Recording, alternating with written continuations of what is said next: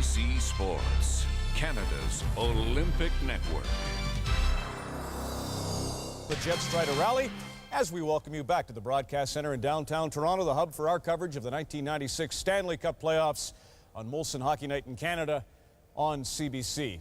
Well, it was Zhamnov with the goal that stood up for 2 periods that had Winnipeg off to a great start last time out. Maybe they should try not scoring first tonight, because thus far in the Stanley Cup playoffs, the teams who've scored first are 4 and 8. Big challenge for the Jets, it goes without saying, at Joe Louis Arena. A couple of developments from last night, a rough and tumble night around the NHL. Nick Kypreos' hit or accidental collision with Grant Fuhr is being investigated by Brian Burke this evening. It happened in the first period last night at Maple Leaf Gardens in Toronto. Pronger on Kypreos into Fuhr, and as you know, I'm now hearing it's an ACL injury, anterior cruciate ligament, that will keep Grant out for the remainder of the playoffs. But Brian Burke got a report from Brian Lewis and John D'Amico this afternoon, and we'll have word on that. There were 2 other hits that got his fancy, as GMs complained. One was Pat Verbeek running Quintal into the boards from behind, and Brian has said, no way, no further discipline. And the other was Gino Ojic bowling over Troy Murray in Colorado en route to a goal in the slot. And again, Brian has said there will be no further suspension for that.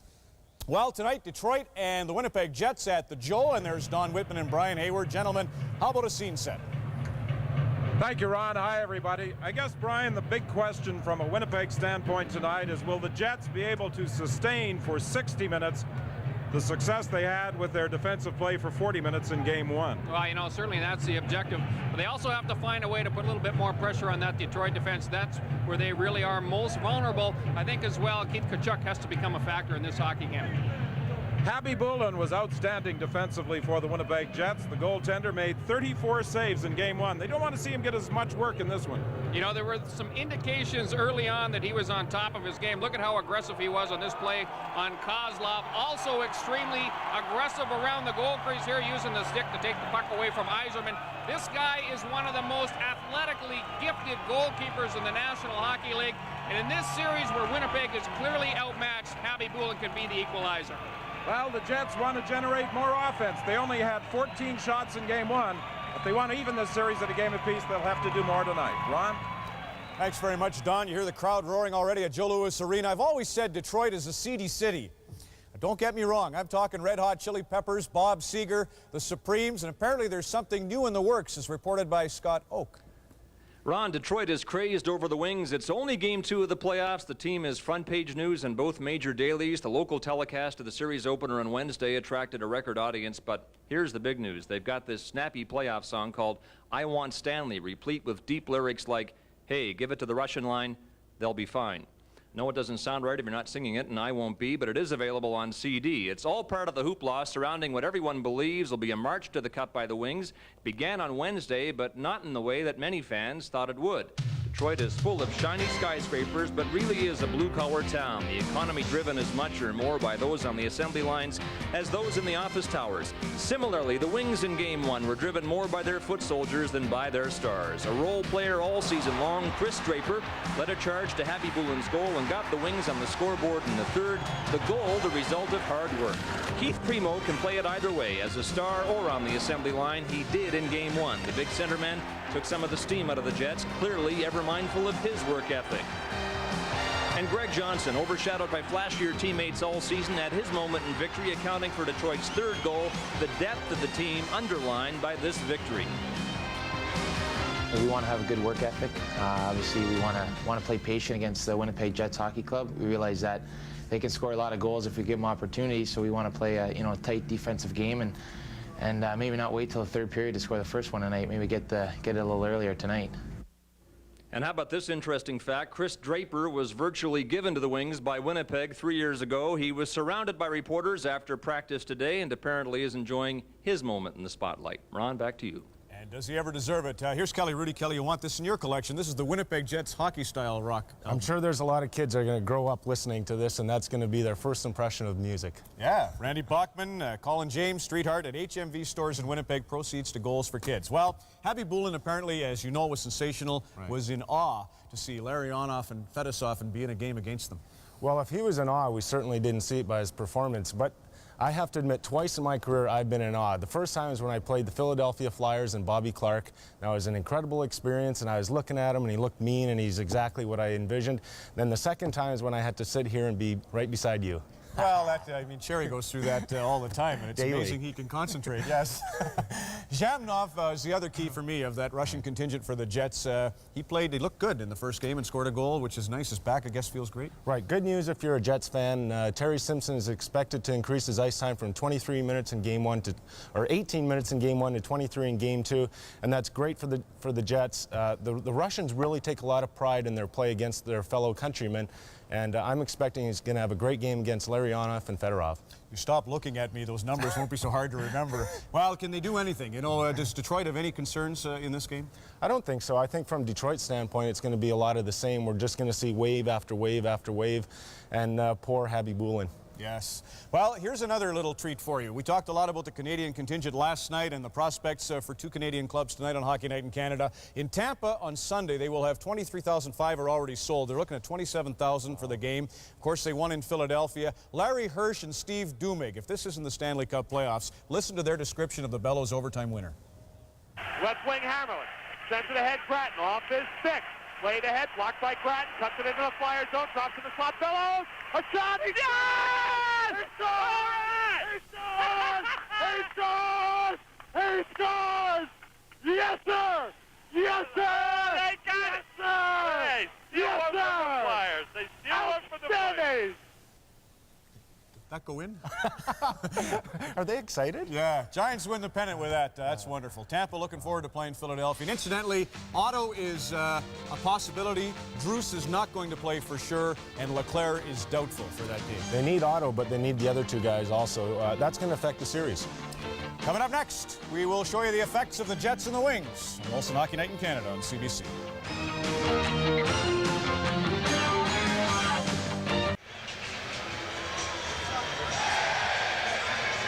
Game 2 of the quarterfinal series with the Red Wings 4-1 winners in Game 1, and referee Bill McCreary is getting set to drop the puck for the opening faceoff.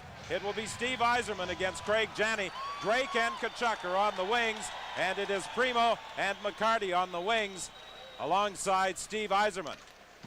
The Winnipeg Jets feel they have to get more pressure. Here it is early, a centering attempt by Dallas Drake, just failed to find the mark. Tkachuk back to the net is checked.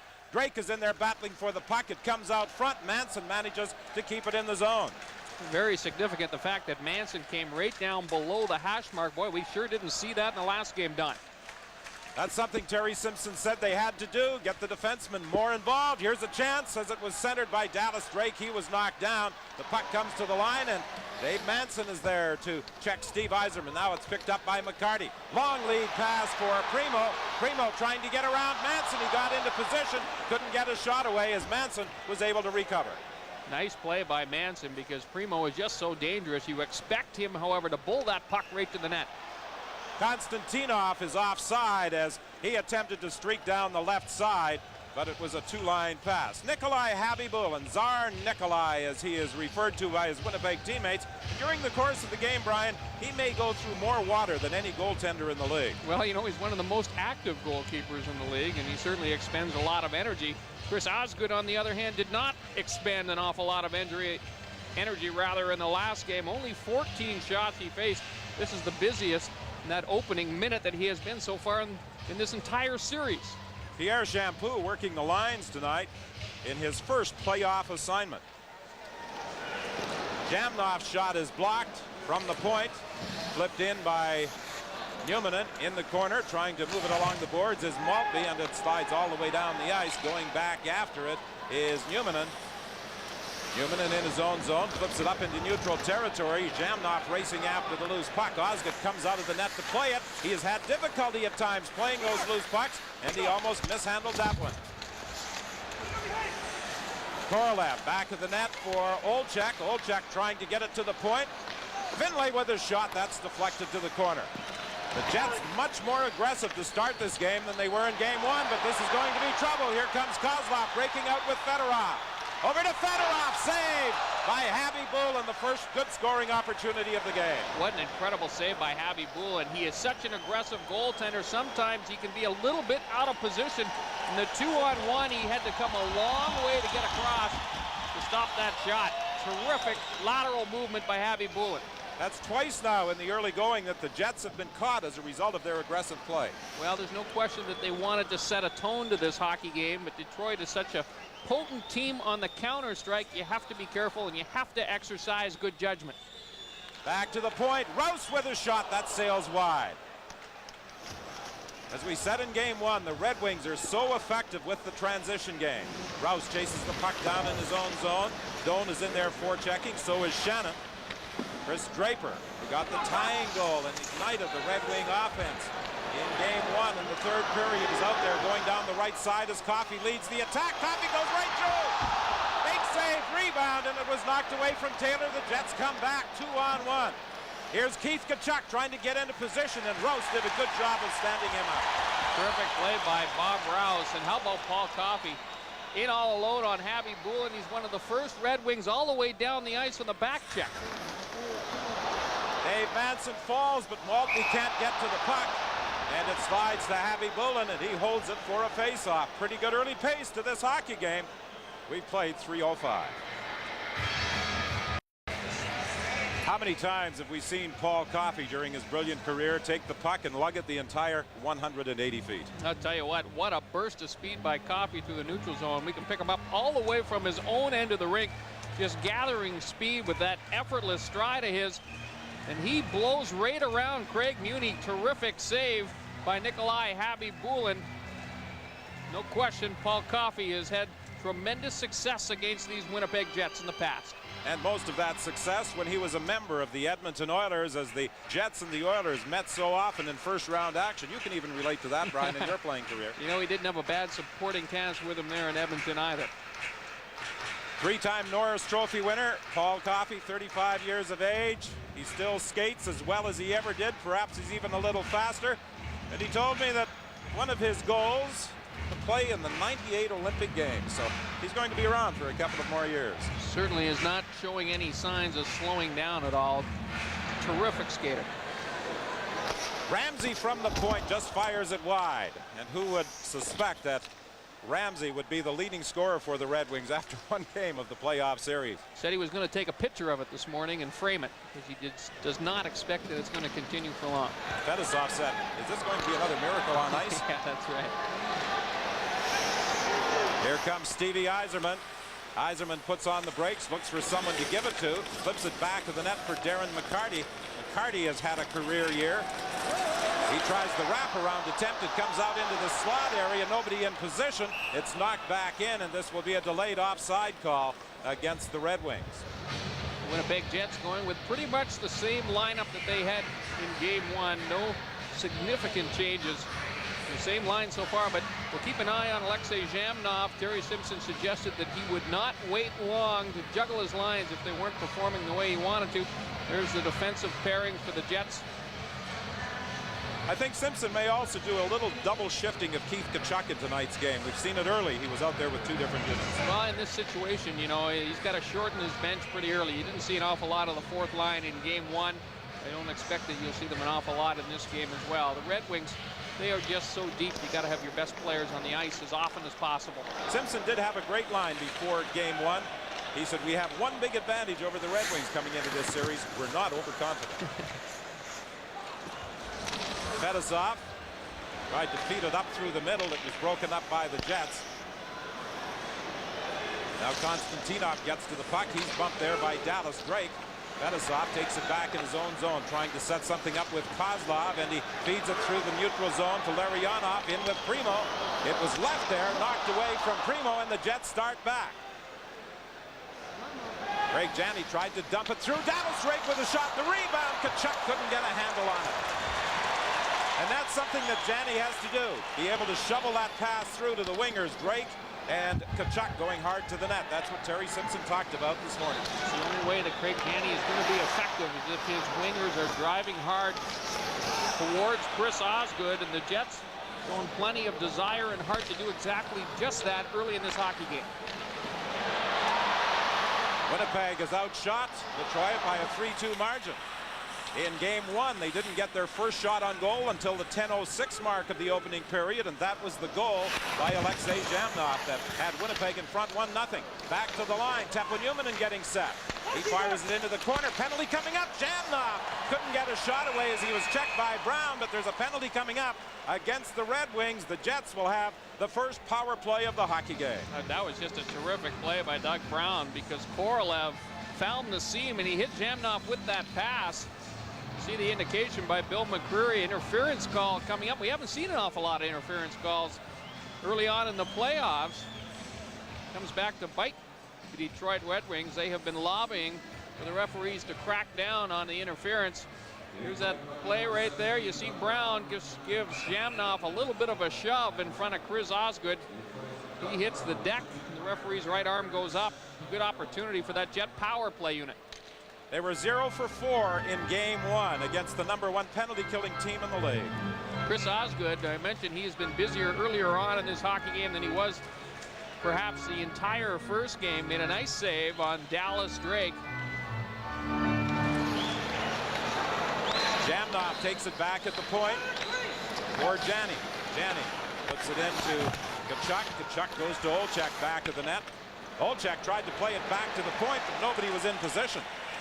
Well, we talked to Terry Simpson about the ineffectiveness of that Winnipeg power play, and he put the blame squarely on his club's passing. He says, you know, this is a high-pressure penalty-killing unit for the Red Wings, and to be successful against it, we have to be able to complete 2 or 3 passes in succession. Jani tried to feather a pass out front. It deflected. Now it's Olczyk battling back to the net. Jani's in there as well. So is Tkachuk. He comes up with the puck. Back to Newman at the line. He gets it back to Tkachuk. He shoots. Loose puck in front, picked up by Yzerman. Tkachuk broke his stick, has to go to the bench for a new piece of equipment. A lead pass. And the Detroit player was taken right into the net. And there's no penalty call. Back in the lineup is Bob Airy after serving a 2-game suspension, but there was no penalty call in the play. Ron? Kind of a surprise, them going with Ole Kolzig. Chris Osgood must have been watching Hockey Night in Canada last night. Does not want any kind of bumping in his goal crease and sends a message to Craig Jani. Bob Airy, who's been known to take a dive or two, goes swimming into that Winnipeg Jet net. Good no call by referee Bill McCreary. Well, last night in Toronto, of course, the focus was on Nick Kyprios going into Grant Fuhr, and that is sidelined Grant Fuhr for the balance of the season. Some people quick to blame Kyprios. Others are suggesting that Chris Pronger should never have cross-checked Kyprios into Grant Fuhr. The Winnipeg Jets with 49 seconds remaining in this power play, unable to get any sustained pressure. Tverdovsky couldn't control it at the point, and Fedorov breaks out, working in against McIver. Coffey scores, taking a beautiful pass.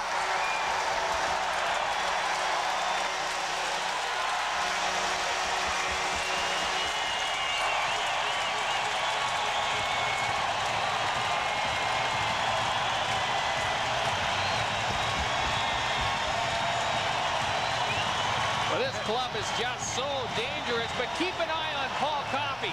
He's the second man on the play. Watch what he does to Oleg Tverdovsky. Gives him a little hook and blows right by him. That's why Coffey's available to receive that pass. And what a beautiful pass it was by Fedorov. You see already Coffey's got the step on young Oleg Tverdovsky, and a terrific finish, just slips it between the pads of Nikolai Habibul, and the Red Wings, even in the shorthanded situation, have all kinds of talent to throw out there on the ice. There's no substitute for speed in any sport, and Paul Coffey has to be one of the all-time best skaters in the National Hockey League. And he's a pretty fair finisher as well. Habibulin actually was over to protect the short side, but when the goaltender has to extend himself like that, so often he has to leave that area between his legs vulnerable, lifted his goal stick right up off the ice, and that's what allowed Coffey just to slide it home.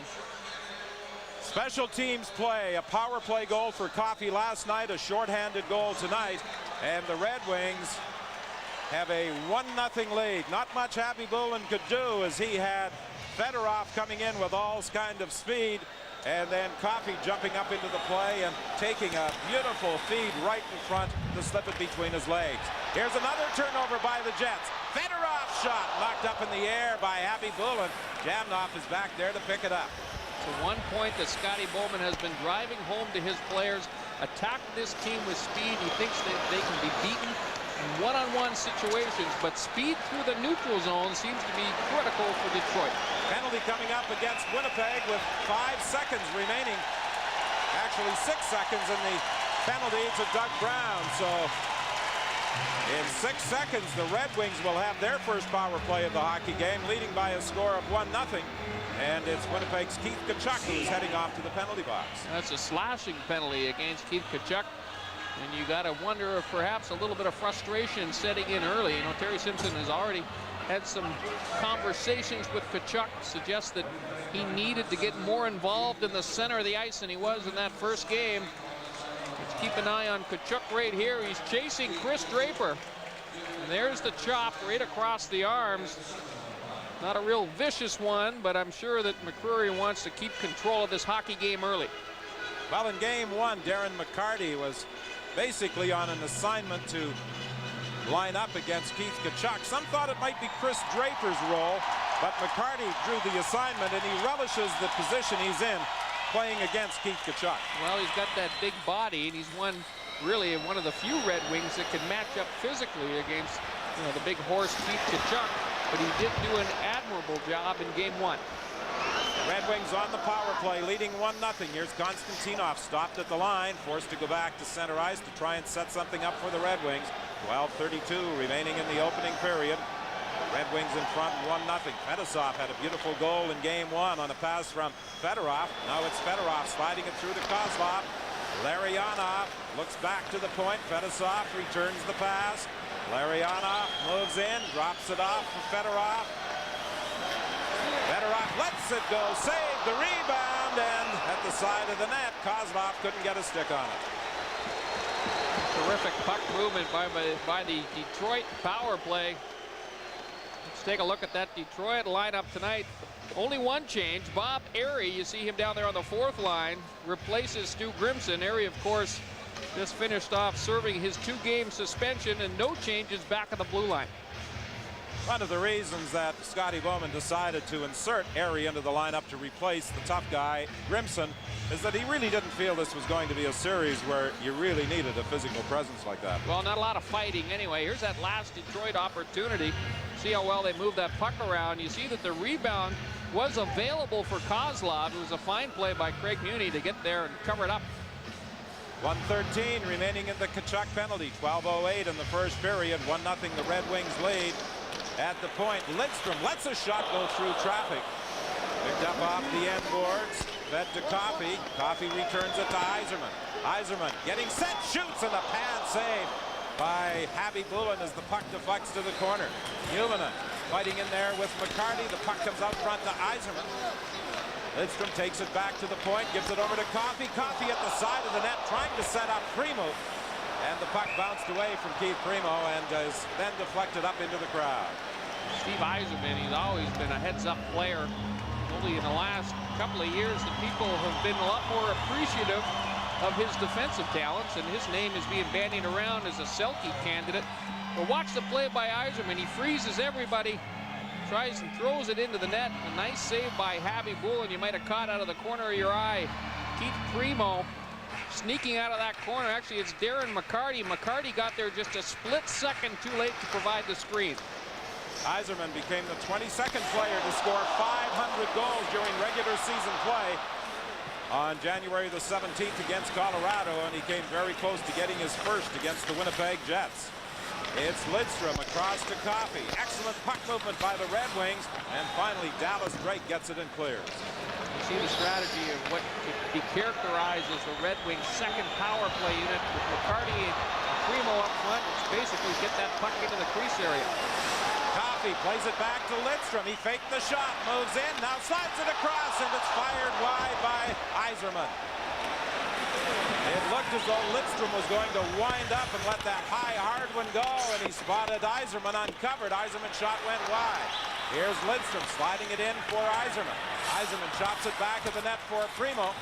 The Winnipeg Jets back at full strength as Tkachuk is out of the penalty box. Lead pass for Stapleton. He's forced to circle back by Johnson. Now he dumps it down into the corner and goes to the bench on a line change as Coffey, who has been out there for the entire power play, finally heads off to the bench. Johnson trying to work his way through. The puck in skates, and it's flipped back to center ice as we approach the midpoint of period 1. The Red Wings don't score on the power play, but it was a pretty awesome sequence for them. Moved that puck around. They had 3 or 4 outstanding chances against Habby Boulin. You got a real good look at why they are the second best power play in the league.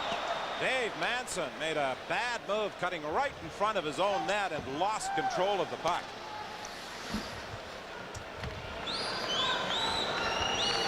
Taylor flips it around the boards in his own zone.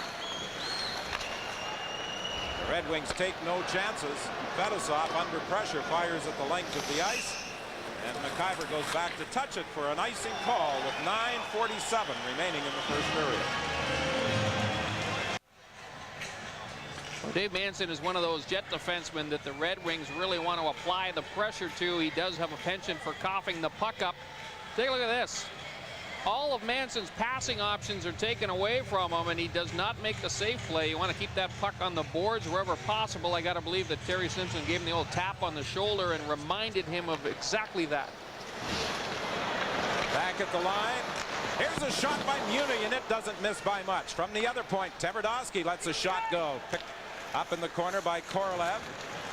He tried to feed Olczyk behind the net. Olczyk was tied up. The puck loose in the corner. Tverdovsky pinched in. A centering attempt is smothered by Red Wing goalie Chris Osgood. 7-3 now, the shots on goal favoring the Red Wings. Osgood has looked a lot more comfortable and relaxed early on than he did in game 1. Still has a little bit of difficulty handling that puck. But of course, the focus is on stopping the darn thing, and he's certainly done a good job of doing that. Well, Scotty Bowman has been keeping everybody guessing for the first 2 games as to who his starting goaltender will be. Many thought it would be Mike Vernon, but in the first 2 games he has started Chris Osgood. There's a feeling that he's saving Vernon to play in Winnipeg on Sunday afternoon. I think Scotty has some concerns about how Chris Osgood will react with the sea of white that the Red Wings can expect to see once they do arrive in Winnipeg. Well, it will be a sold-out, very noisy Winnipeg Arena on Sunday afternoon for Game 3 and again on Tuesday night for Game 4. Will there be a 5th game in this series? Well, here's a chance now for the Red Wings. And denied right in front of the net. Doug Brown with a huge save by Habby Boulin with 8:53 remaining in the first. Well, Doug Brown was denied by Habby Boulin, but in the process, Jeff Finlay picks up a penalty. See Fedorov controlling that puck, and look at that little dish down low by Mike Ramsey. Habby Boulin has been brilliant early again. An interference call against Finlay as the Red Wings go to the power play. Primo plays it back to the net. Yzerman now looks to the point for Coffey, a return feed. Coffey into the high slot, couldn't get a shot away, dishes off to Yzerman. Yzerman looks down into the corner trying to find Lidstrom, who had pinched in. It bounced away from him. Manson trying to tie his man up back of the net. Now Lidstrom manages to get the puck loose to Primo. Coffey back at the point, lets the shot go, save, and the rebound knocked away from McCarty. Yzerman picks it up. Yzerman takes a look towards the net. Now over to Coffey, a one-timer save and a big rebound, and is picked up by Dave Manson. He attempts to ring it around the boards, cut off by Lidstrom. Manson gets it again. This time he slides the pass ahead to Zhamnov. Zhamnov starts out slowly for Winnipeg, gives it over to Dallas Drake. There's a shot and a save by Chris Osgood. You know, that power play unit is so difficult to defend against because they give you so many different looks. Every once in a while, they'll send one of their defensemen down low to really confuse the 2 Winnipeg defensemen in front of Habby Boulin. And then before you know it, they just zip it down into that crease area and let their 2 big guys battle for rebounds. Well, that's what they did on their last drive into Winnipeg territory with Lidstrom down in deep. Puck comes back out across the line. Fedosov picks it up with 29 seconds remaining on the Detroit power play. Larionov trying to set something up, drops it off for Fedorov. Fedorov gets to the line, stopped there by Stapleton. Stapleton lost control, it's still loose. Picked up by Larionov. 2 Jets had overskated it. Back to the line, Fedosov over to Konstantinov. His shot is partially blocked, but the Jets can't get it out. Konstantinov over to Fedosov. Fedosov into the slot area. Kozlov takes his time for Larionov. Back to Kozlov. Larionov out front, and Fedorov's shot just goes wide. Fedorov was uncovered in the slot area. His quick release just sails wide. Chris King steps into him as the Jets are back at full strength. And it's a much more passive box by the Winnipeg Jets, and I think that works to their disadvantage. It just gives them that split second of extra time needed to move that puck around. And the penalty call against the Red Wings. Or is it a high sticking indication by referee McCreary? No, a penalty call against the Jets. Chris King, pardon me. You see King arguing with Bill McCreary. Happened right at the end of that last sequence. The Red Wings really applying the pressure. There you see King. He just got the stick up a little bit high. I think it was on Kozlov. You wonder how long this penalty killing unit, and I think that's what the coaches are discussing over that Winnipeg bench, can survive in a passive box. The Red Wings moving that puck around. Watch the stick of King right here. Comes up and just clips Kozlov in the right ear. Good call by McCreary. King had one of the best lines of the series. After game one, he was asked about the Winnipeg Jets loss, and he said, "You really didn't expect us to sweep them at 4, did you?" Wishful thinking, anyway. So the Winnipeg captain is in the penalty box.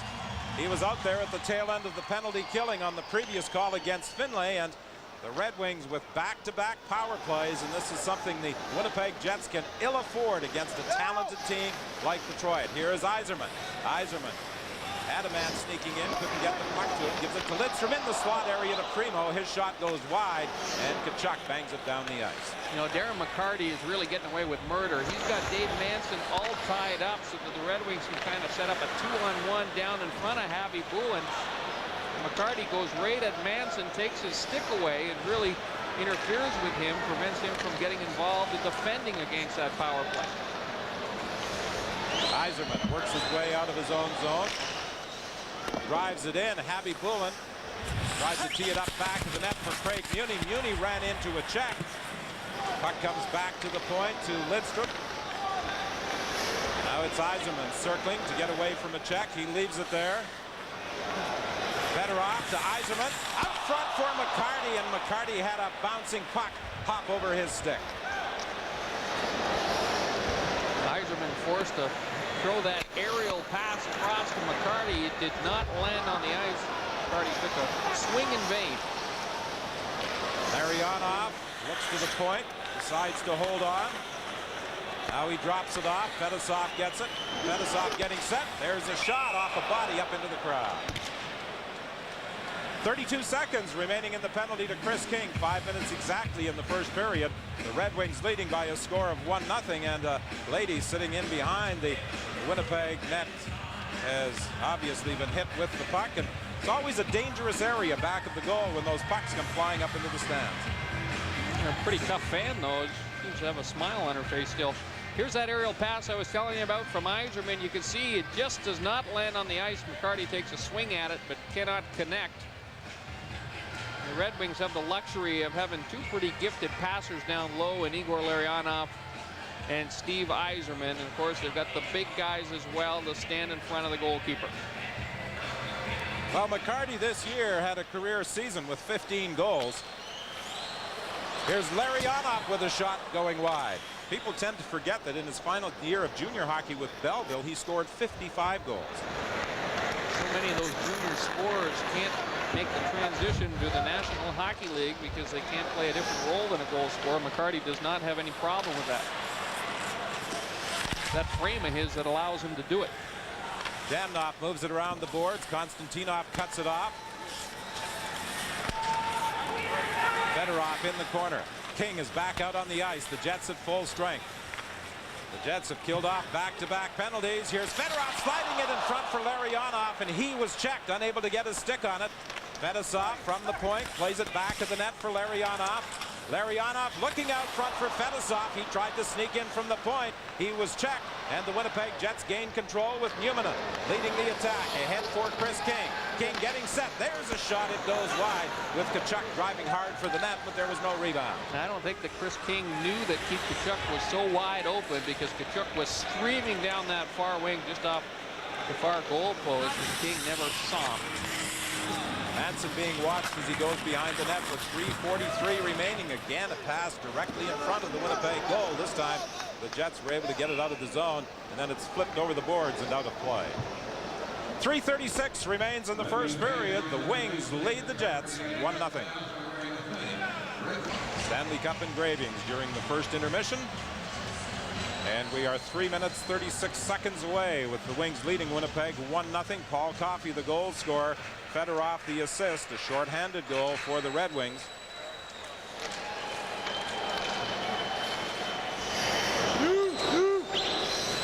Norm McIver goes after the puck in his own zone. He has got some speed and some ability to carry the puck. He fires it in, picked up by Coffey. And a whistle on the play as the puck was obviously gloved ahead up in the neutral zone. Tomorrow night, the Vancouver Canucks are back home at GM Place to take on Colorado in Game 3 of their quarterfinal series. A huge win last night for the Vancouver Canucks, and you'll see the game on Hockey Night in Canada. You might have noticed in this hockey game that the Winnipeg Jets seem to have a lot more purpose when they are dumping the puck. Terry Simpson wants them to fire it in around the boards, or rim it in if you want to call it that. He feels that that will give his forecheckers the opportunity to get in there and get a few bumps on that Detroit defense, something that they were not able to do in the first game. Well, because of the special team play in this opening period, Paul Coffey has certainly logged a lot of first period ice time. This line out on the ice for the Winnipeg Jets has not spent very much time out on the ice. The first 20 should have the fresh legs for the rest of the game, however. Well, this is the line for the Winnipeg Jets. Eastwood, Shannon, and Doan, that does a pretty good job of cycling the puck down deep, but because of the penalty situations in the first period, I think they only had one previous shift. Mike Eastwood is a guy who they count on. You know, you want that puck in along the board so that Eastwood can get in there. I haven't seen a big hit on Paul Coffey or Lidstrom or Konstantinov early on. Most of the hitting has gone on the Detroit side. Pretty good body check there by Tim Taylor, and he seemed to get the worst of it. Taylor went in against rookie Shane Doan, and it appeared, as you said, that Doan stood his ground and Taylor got the worst of that contact. Doan, of course, just a youngster. The Red Wings think that he has the, or the Jets rather, think that he has the potential to develop into a power forward himself. He's kind of getting his feet wet in this league. Keith Tkachuk checked from behind as he got to the line. Jamnov picks up the puck, but it's offside Winnipeg with 2:41 left in the period. We suggested earlier that Keith Tkachuk would be double shifted. He's out there now with Olczyk and Jamnov. And every time that he steps on the ice, Scotty Bowman, of course, with the last change, playing at home. Well, Keith Primo and Darren McCarty, along with Eiserman, are not too far behind. Tkachuk gets it in the corner. A centering attempt goes off a skate. Jamnov comes in to help out Olczyk. They continue to battle for the puck, but Eiserman comes away with it. Olczyk is on him. Eiserman leaves it back of the goal. Fed ahead now for Ramsey. Ramsey slides it through to Primo. Primo was checked as he got to the Winnipeg line, but trailing the play. Eiserman attempted to center, and it's intercepted by Olczyk.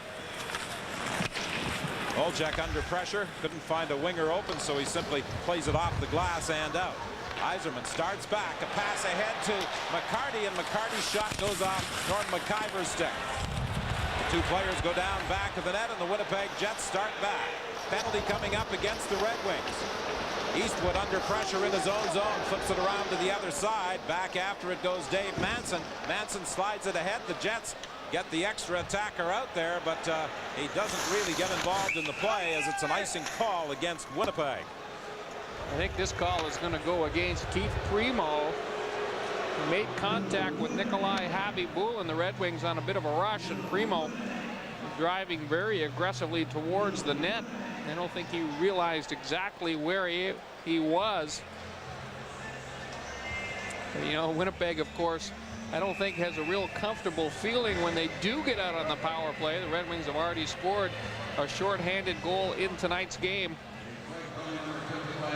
Pressure all over the ice by this penalty killing unit has to kind of affect the players when they are handling the puck, because they know if they cough it up at any time, Red Wings will jump into that transition game, and that's exactly what they did. You see Oleg Tverdovsky fumbling with the puck, and Fedorov is going to be able to spot Paul Coffey. The 2-on-1 terrific finish does not bode well for that Jet power play. Lidstrom is out there in a penalty killing role. A goaltender interference call against Primo, as the Winnipeg Jets have a late opportunity in this first period to get back on even terms. First of all, they have to gain control in the Red Wing zone, and that's something they've had difficulty doing. Tell you what, Vladimir Konstantinov just demolished Keith Tkachuk over the boards. Certainly he is a targeted person in this series.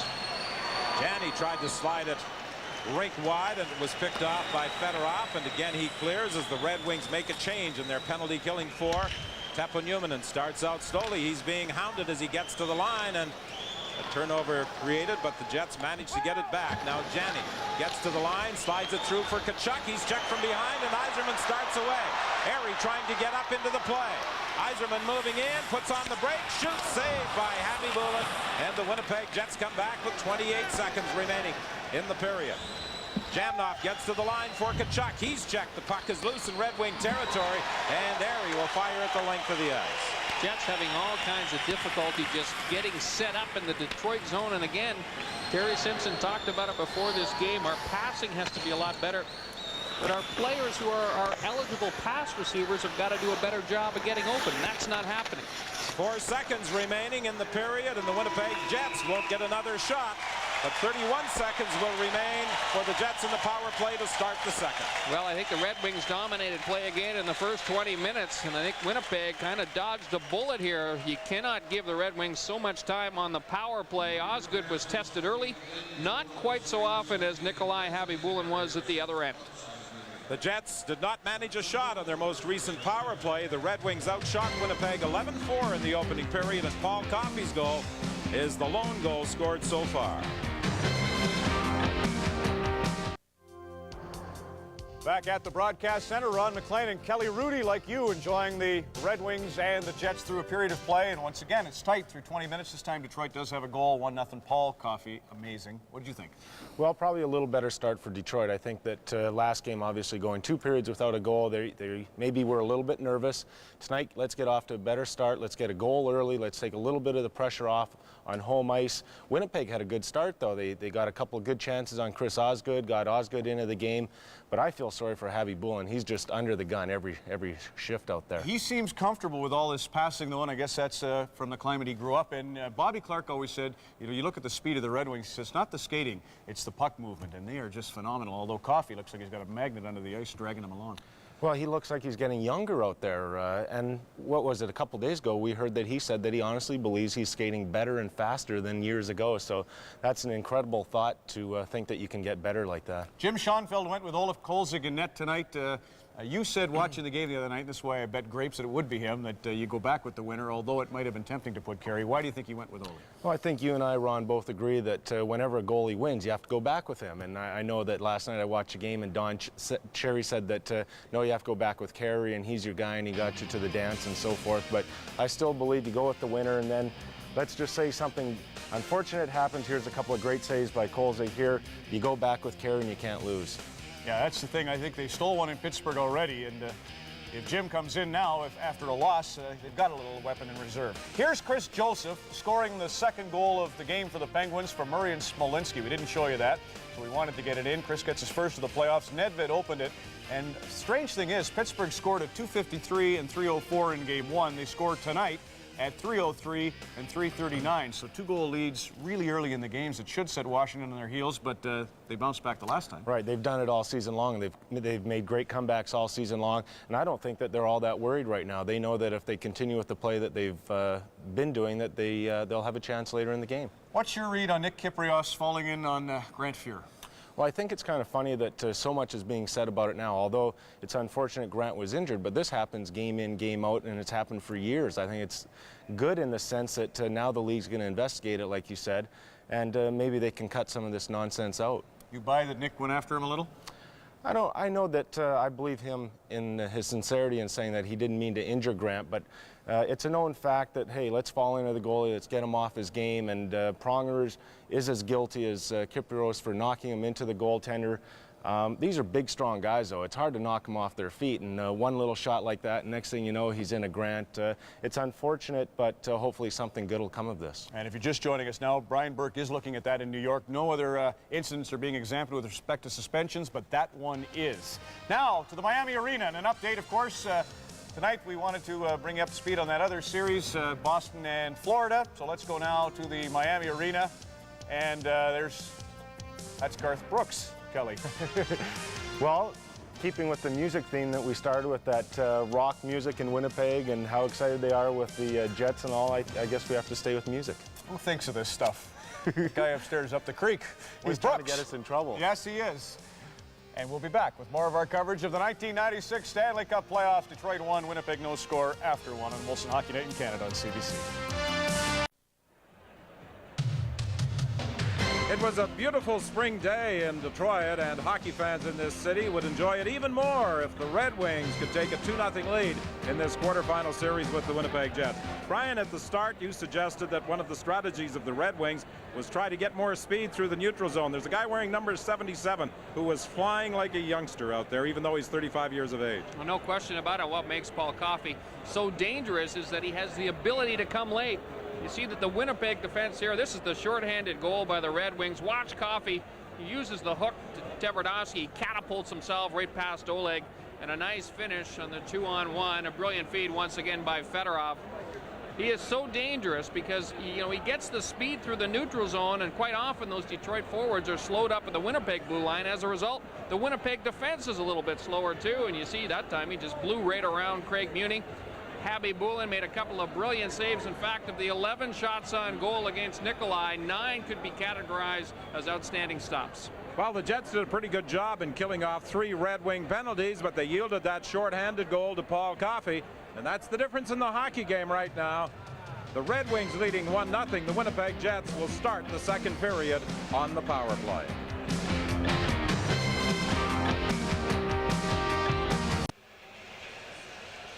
The Red Wings leading 1-0 on Paul Coffey's second goal of the playoffs. Greg Johnson scored for the Red Wings last night, and Scott Oak had a chance to talk to him. Here's Greg Johnson who had a big goal in game 1 of this series. Greg, as it stands now in game 2, you're not going to have to come from behind. How does that change this game from game 1? Well, we're pretty happy to get off to a little better start than last game. A lot of power plays and penalty kills in that period. So last game maybe it was the no-names that were doing it. Tonight it's definitely our big guys that are coming through so far. Yeah, were it not for Nikolai Habibulin, your lead at the end of the first period could be insurmountable. What do you think of their goaltender? He's outstanding, and their whole team is playing pretty well. They're really sitting back and waiting for us to make a mistake, and we're trying to get in deep and get working, get some momentum on them, and get as many shots as we can. Well, they had 11 shots in the first period and quality scoring opportunities, but Paul Coffey was the only player who could beat Nikolai Habibulin, a shorthanded goal at 6:35. The Jets managed just 4 shots on the Red Wings' Chris Osgood in the opening period. Winnipeg has only had 17 shots on the Red Wings in each of their last 4 games. Again, let's join Scott with assistant coach Randy Carlisle. Randy, even though your team is trailing after one, Jets look more aggressive or driving the net more when you're not killing penalties. Are you happy with that part of the game? Well, obviously, anytime you can kill 3 penalties against a high-powered offense of the Detroit Red Wings, it's got to be a little bit of encouraging, but the 4 shots on net is something that we'd like to drastically improve on. Shorthanded goals can shatter the confidence of the power play. How much did that one sting? Well, those kind of things happen in tight games, and we made a mistake and they capitalized on it. But Paul Coffey's a pretty smart player. He put a little hook on Oleg Tverdovsky to get himself in the free, and Sergei Fedorov fed him with a nice pass. During the stretch run as the Winnipeg Jets moved on to the playoffs, Nikolai Khabibulin had a 5-1-1 record and a save percentage of .946. Well, what impresses me about Khabibulin is the athleticism that he demonstrates in that goal crease.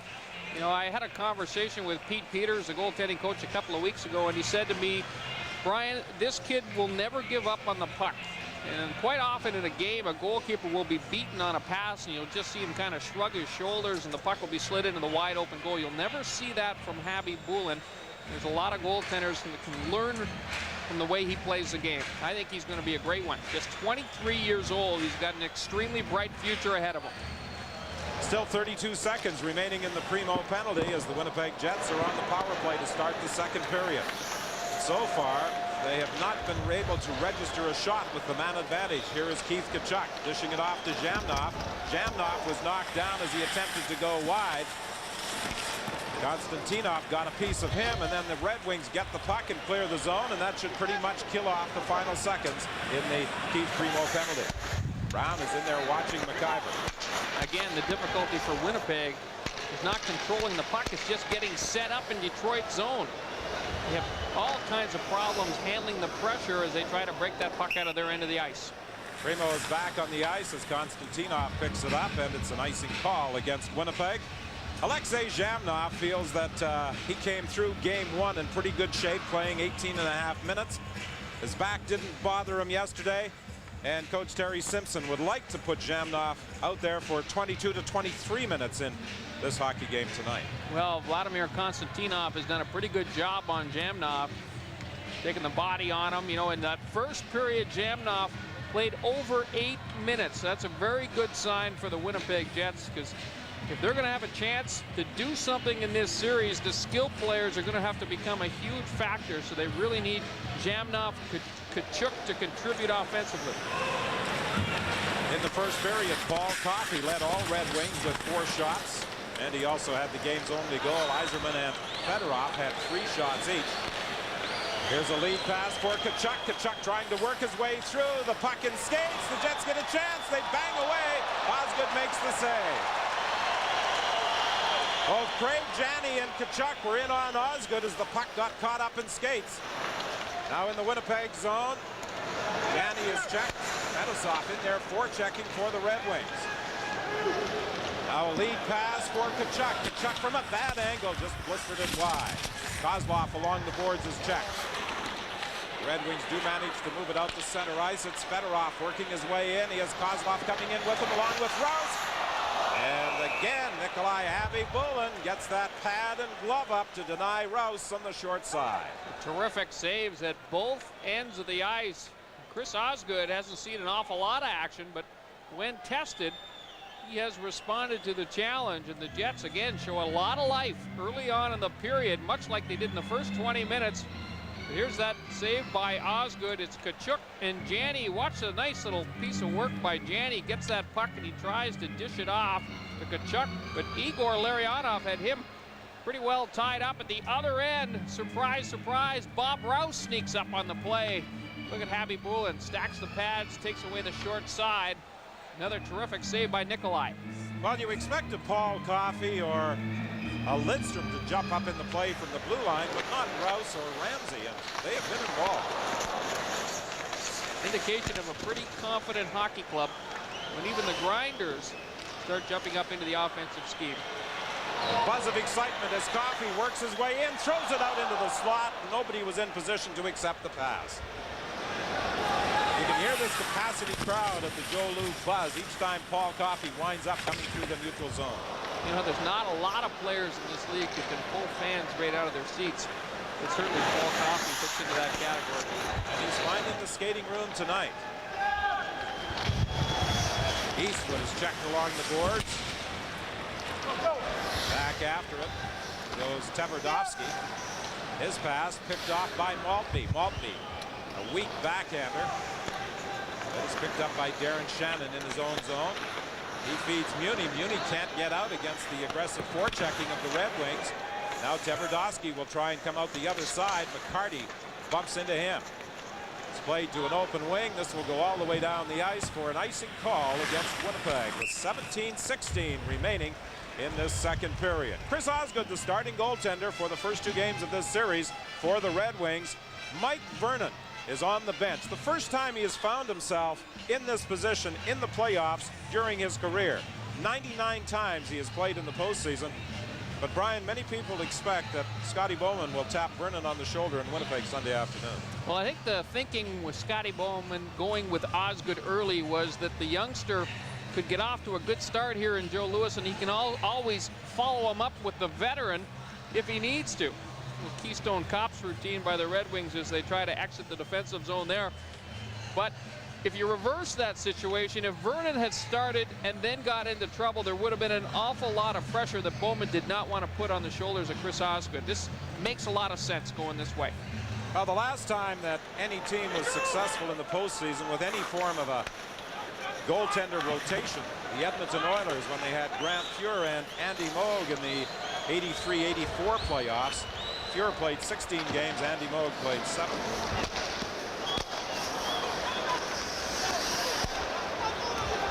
Doug Brown comes in across the line, drops it off to Bob Airy. Airy wheeling back to the net. McIver trying to stay with him.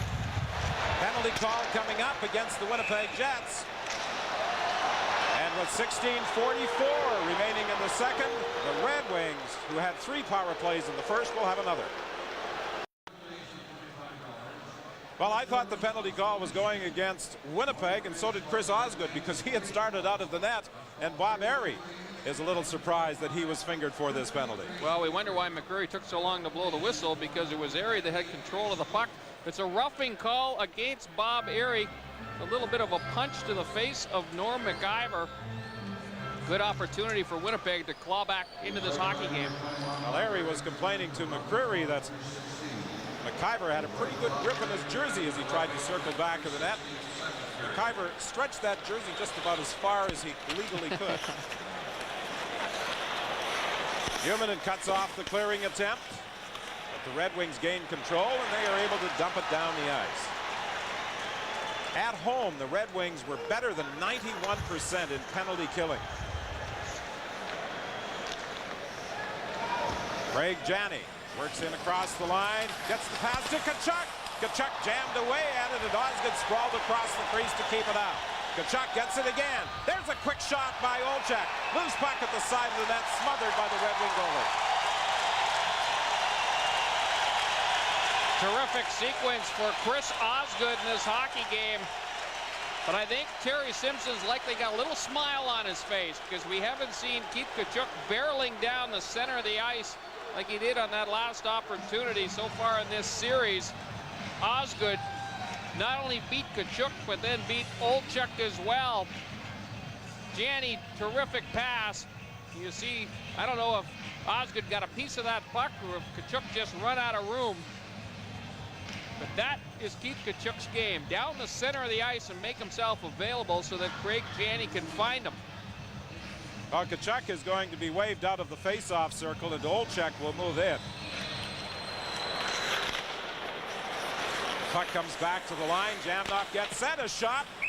And Tkachuk standing right in front of Osgood, but the Red Wing goaltender is able to hang on. You know, you'd mentioned the importance of speed in a hockey game. When you combine speed with power like a Keith Tkachuk does or a Keith Primo does, it also has an effect on the goalkeepers, because they have to fight that instinct not to back up in that goal crease. And of course, every time they move a little backwards, they expose a little bit more of the net. Look at Osgood. He's pretty deep in the net there, but he makes a fine glove save on Olczyk. McIver with a shot as he raced in for the loose puck. That was fired wide. Coffey gets it in the corner, and he's able to clear. 58 seconds remaining in the Red Wing penalty to Bob Airy.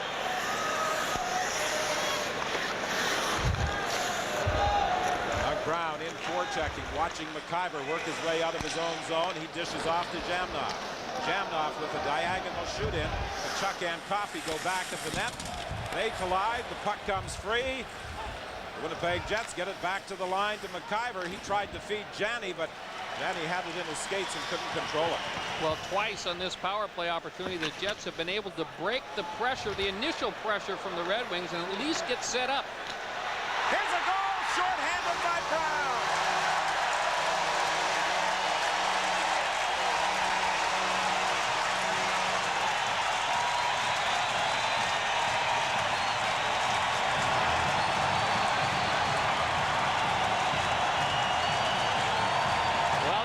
The pressure up ice forces another turnover. The second shorthanded goal of the game for the Detroit Red Wings. And a quick little feed. Good job by Brown. He goes skate to stick and then just buries it short side. I don't think that Habby Bullen got a good look at that puck. Standing right in front of him was Norm McIver. Amazing the way that Brown was able to get an awful lot on a rolling puck. Terrific coordination by Brown, first to control the pass and then deliver. Pretty darn good shot behind Nikolai Habby Bullen. Igor Larionov getting that puck to Brown, and a quick release gives the Red Wings a 2-0 lead. And Brian, that was a 6th octopus goal as the creatures came flying out of the stands.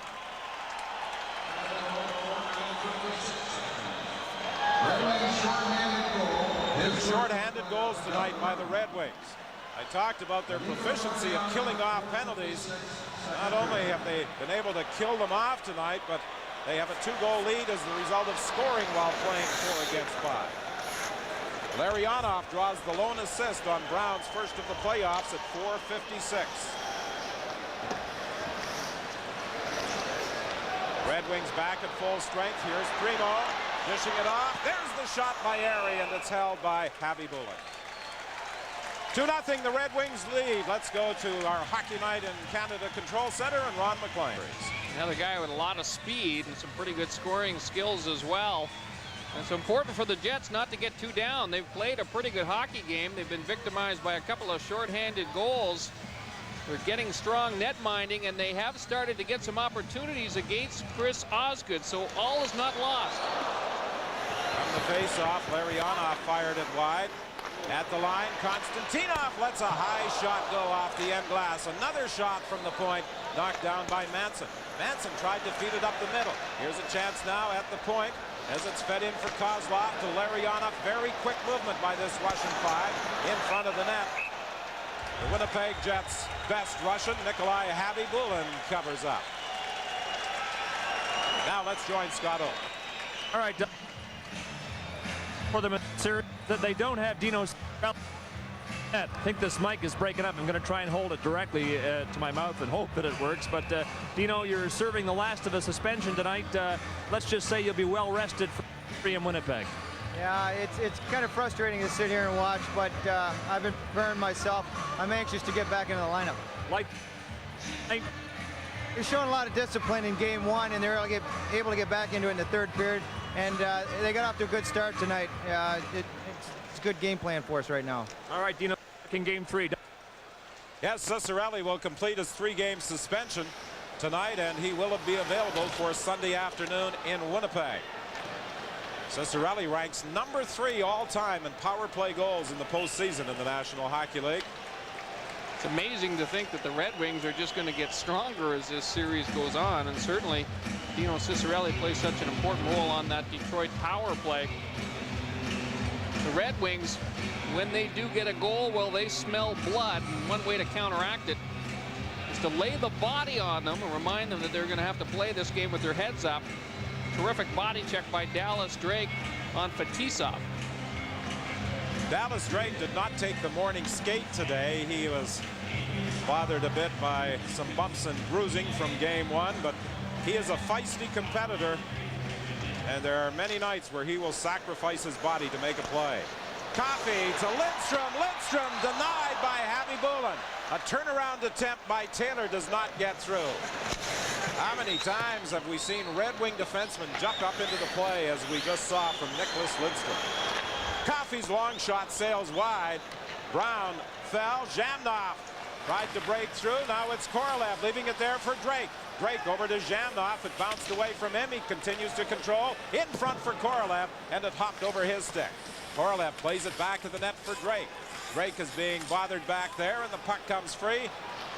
Paul Coffey tried to feed it ahead for Brown, too far for him, and back after it goes Craig Muni. A little bit of line shuffling going on right now by Terry Simpson with Dallas Drake playing on the Zhamnov line. We'll wait to see if Eddie Olczyk joins Tkachuk and Janney. Ramsey takes the puck for the Red Wings, fires it rink wide for Bob Rouse. Rouse pushes it ahead for Primo. Primo got away from a check by Craig Muni. Couldn't center it though, and Craig Janney starts back for Winnipeg. For Tkachuk, he has Olczyk with him. Olczyk getting set, throws it towards the net, with Tkachuk driving hard, but it's up high and held by Osgood with 12:36 remaining in the second period.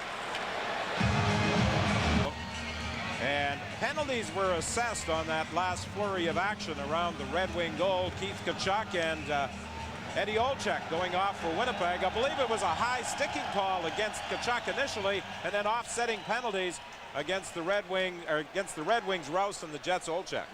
Well, no matter what the penalty calls are, Winnipeg ends up on the short end of the stick. Another power play upcoming for Detroit. Another fine defensive play by Mike Ramsey, tying up Tkachuk. He broke to the goal.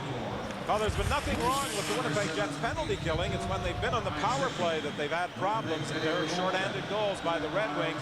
Paul Coffey got the first, Doug Brown the second. Shoot in, picked up by Lidstrom. He fires, and Abby Bullen came out of the net to challenge, and the Jets are able to clear. Another fine save by Habby Bullen, and all of a sudden Lidstrom really stepping up his play. Johnson tried to put an extra move on Habby Bullen, and the goaltender reacted. Johnson out front, and he was checked before he could get a shot away. He was all primed and ready to one-time that centering pass from the corner. The Red Wings just attacking with so much speed right now. They're able to find the passing lanes. And Winnipeg looks like they're standing around a little bit flat-footed at this point in the penalty killing unit. Still 1:02 remaining in the penalty to Keith Tkachuk. 11:38 remaining in the second period. Watch the little move by Johnson. The fake slap shot forces Habby Bullen to go down. We talked about how Nikolai never quits on a play, and watch him reach back with the paddle of that goal stick. Makes another great save. All Johnson had to do was get that puck up into the air, and he had a wide open net. Habby Bullen may have hurt his thumb in making the save on the Johnson move. You know, the fingers and the thumb of the blocking hand don't have actually a lot of padding on it. It's much like just a leather glove, and it looks like that puck might have taken a bite out of Nikolai. Another fine save against Lidstrom. You see Habby Bullen going over to the bench. Yeah, it does look like it is the thumb that's bothering him. You know, he can't get any kind of equipment repair or even repair to the hand at this point in the hockey game, or he would have to come out and Dominic Roussel would have to replace him. Of course, it's not a situation that the backup goaltender wants to face, coming in with that Detroit power play still on the ice for the next minute and 2 seconds. Here's a look at that play. Watch where that puck hits Habby Bullen, right on the underside of the blocker. Be just a little bit of a bruise or a cut. Not enough to keep him out of the game, that's for sure. Fedosov being watched by Zhamnov as he skates back into his own zone. Zhamnov blocks the shoot-in attempt, but Fedosov gets it back again. Dallas Drake along the boards, trying to chop it out, can't get it past Konstantinov. Zhamnov stepped into Konstantinov, the two of them went down. Rink wide pass now to Fedosov. Fedosov moving in. Out front, Larionov bangs away. Another shot, a backhander that goes high and wide. Larionov trying to get into the slot area. He's being watched there by Newman. Out front, and it bounces away from McCartney. There's a blast by Konstantinov, and it's covered up by Habby Bullen. And McCartney and Newman were all tangled up at the side of the net. You know, you talk about the Fab Five of the Red Wings, a couple of Russian players in the Winnipeg Jet lineup, but let's not forget that these players played for Moscow Dynamo. I'm talking about Zhamnov. He takes a run at a former Red Army guy. There's probably a little bit of bad blood between those two going way back. Habby Bullen continues his heroics down low. Bang, bang play. Igor Larionov in front of the crease. It's one whack at it. Larionov knows he's got to go up top, but he just can't find the rate. Igor Larionov, in his Red Wing debut after the trade from San Jose, scored his first Detroit goal shorthanded, and shorthanded goals have been the story of this hockey game. 2 of them by the Red Wings, Paul Coffey and Doug Brown. At the point, it is Lidstrom. He throws it towards the net, comes back to the point. The Red Wings keep it onside. Now Chris Draper gets it. He hasn't seen a lot of playing time tonight. Airy dodges a check back of the net. Maltby gets the puck. Gets it to Airy. Airy trying to set up. Maltby attempting to get into position. Airy holds on to the front of the net with Draper cruising through the crease, and it's held by Javi Bullen. Never a bad play for the goaltender when you're under a lot of pressure to get as many whistles as you possibly can. Allows Terry Simpson the opportunity to make any line changes that he's looking for and force the Red Wings to respond in kind. Chris Draper is a terrific skater. The Red Wings just seem to have so many interchangeable parts. They attack with speed. Scotty Bowman was the guy that gave Chris Draper the chance, and of course Draper very thankful for the opportunity. He's made good on the opportunity. He was sold for $1 on June 30th, 1993. Do you think if they put him on the market for $1 again, somebody would grab him? Lidstrom fakes the shot, gets into the slot, fires it wide. McCarty tied up by Manson. The Jets at full strength as Tkachuk tries to pick up the puck in the neutral zone. Overskated it. Now it's McIver coming to the line, and a whistle and a penalty call here against the Red Wings. Very difficult up here to hear the whistles down at ice level with the crowd noise at the Joe Louis Arena. I'll tell you what, Keith Primo just got away with a pretty good elbow on the jaw of Keith Tkachuk. After the whistle, you can see Primo, one eye on the referee to see if his arm is upraised. Tkachuk draws the first penalty. He can't believe it.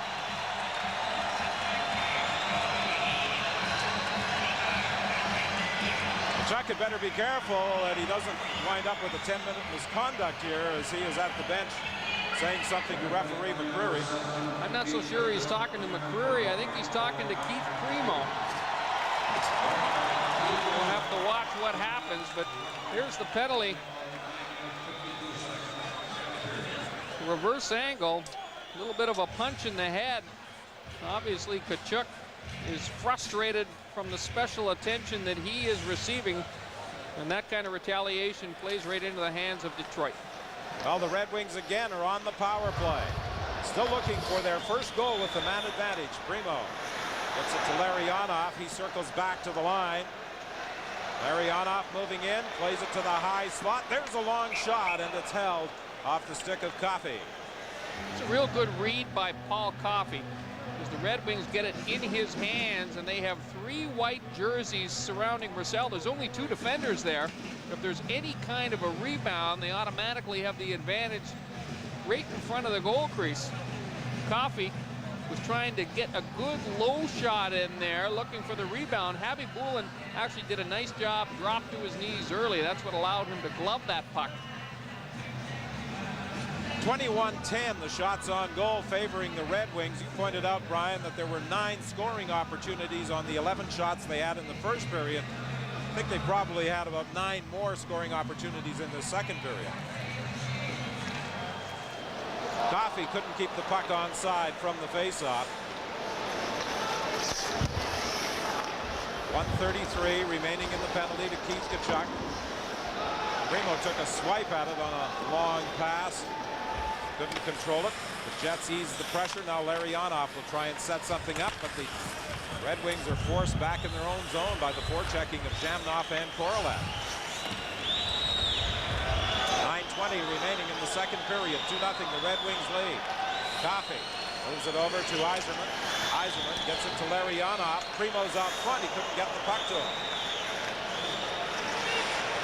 Now it's Coffey from the point. His shot goes off a stick wide. Dave Manson finally gains control, and he'll clear with 50 seconds remaining in the Kachuk penalty. Much better job by the penalty killing unit here at Winnipeg, who have been perfect on the night. You know, but so often your best penalty killer is your goaltender. I got to give an awful lot of credit once again to Nikolai Habibulin for keeping this power play off the board. McCarty gets it back at the point, tried to feed Coffey, and Coffey had to take the pass outside the blue line. Now Fedorov has it. He drops it off for Kozlov. Kozlov trying to work his way in. Stapleton is after him. Kozlov hangs on to it, feeds it back to the line. Fedosov shot right on. And with Fedorov there, Habibulin wisely covers up. You know, one of the things that this power play does is they don't make a lot of passes along the boards. A lot of tape-to-tape passes. And when you can do that, you buy that extra split second for the puck handler to make the correct decision. Fedosov will celebrate his 38th birthday tomorrow, and he still looks mighty good. He certainly does, and here's a play that, again, Fedosov recognizing that there are a couple of white jerseys down in front of Habibulin and only one blue jersey to defend. They got the 2-on-1 set up. Habibulin does a fine job again controlling the rebound, just smothers the initial shot. 13 seconds remaining in the Kachuk penalty. 8:21 in the second period. 2-0 the Red Wings lead. Game 3 of this series will take place Sunday afternoon at the Winnipeg Arena. Game 4 in Winnipeg on Tuesday night. Rouse winds up, pad save, the rebound, and another stop by Habibulin. He was down, but he managed to make 2 key saves. Well, that was just a brilliant save, because all alone actually was Chris Draper. Got a poke at that puck, and Draper knew exactly what he wanted to do with it. That was take the rebound and go up high. Watch the work by Habibulin. See how aggressive he is, well out in front of that crease, but watch this play by Draper. Doesn't get it up quite as high as he wanted to. Nonetheless, Habibulin was there with the glove hand. Rouse and Ramsey are back at the point with 6 seconds remaining in the Kachuk penalty. Tried to get the puck back to Bob Rouse, but the Winnipeg Jets were able to knock it down the ice just as Kachuk comes out of the penalty box. Kachuk is upended down in the Red Wing zone. They continue to battle for the puck along the boards. Kachuk and Johnson had a bit of a shoving match again along the boards, and Johnson was leading to referee McCreary, but there should have been a penalty call. Now it's Draper. Draper works his way back to the blue line, being bothered there by Olczyk. It's chopped back to the Winnipeg goal. Brown trying to move out front, centers it, they score! Chris Draper.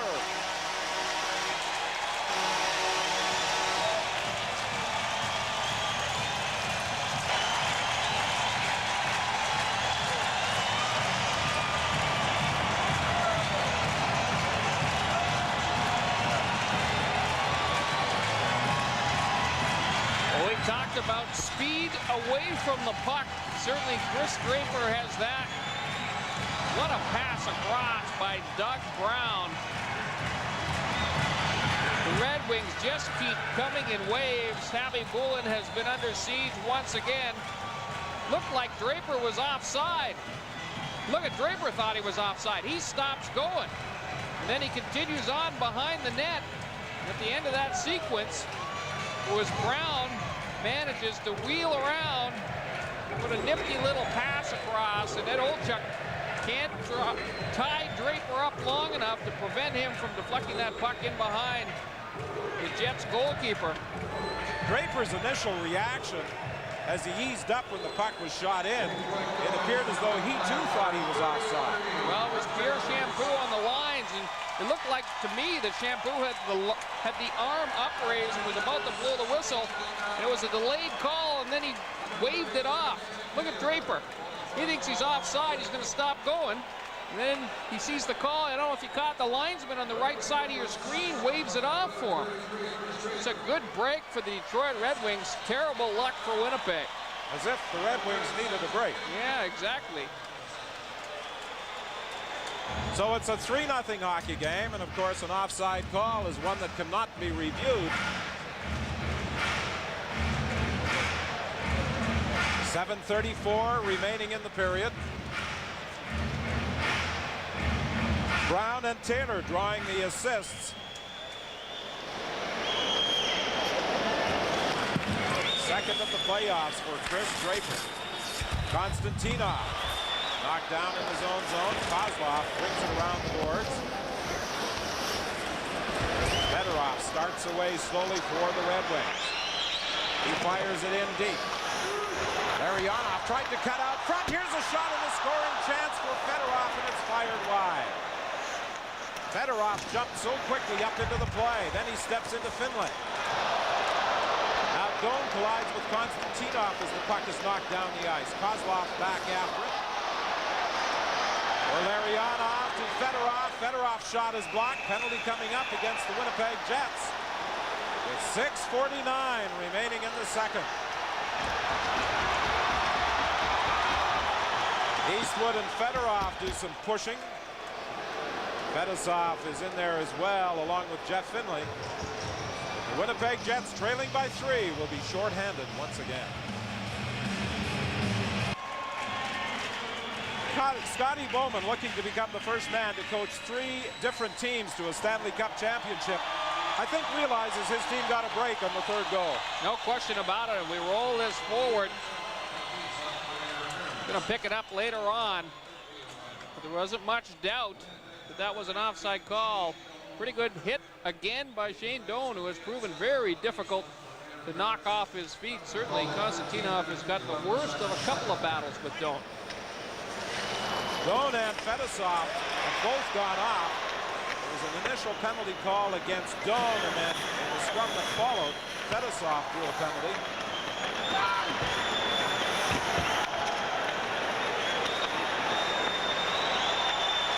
Airy trying to move around Tverdovsky. Jets pick up the puck, and it's Tkachuk skating his way through the neutral zone with Jamnov. Tkachuk mishandled. Jamnov tries to get it back to the line. Tverdovsky with a long shot that sails wide. Tkachuk in the corner. He's checked by Lidstrom. Puck comes free, and it's fired wide by Tkachuk. He races after it, but Coffey gets there first. Tkachuk steps into him, and he's going to the box again, it would appear.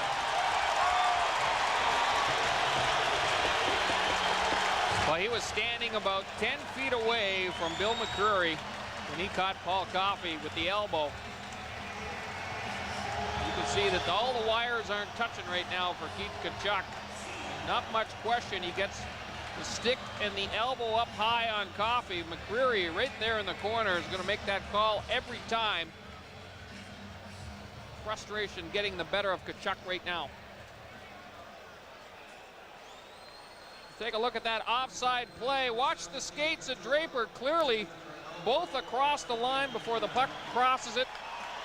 Pierre Champoux, in his first ever National Hockey League game on the lines, missed that one. Well, there wasn't much doubt about it, but there's not much that Terry Simpson can do.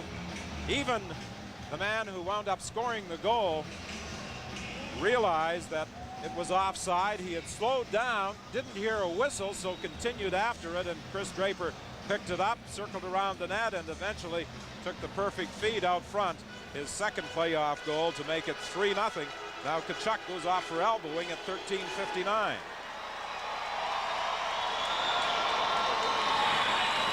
Red Wings with plenty of skating room, 4 against 3. Through to Konstantinov, and he was checked by Numminen. Red Wings looking for more, leading 3-0 as Coffey controls it at the point. Larionov back to Coffey. Fedorov in front of the net. Larionov looked in front, now gets it back to Coffey. He shoots. It goes wide. Jeff Finlay gets it along the boards, and he's able to play. Certainly not the play that the Red Wings are looking for, but boy, oh boy, Coffey just keeps encroaching on that Winnipeg net. He ends up taking the shot almost from the top of the circles. Konstantinov for Larionov. He scores! What a beautiful touch by Larionov as he put it up high.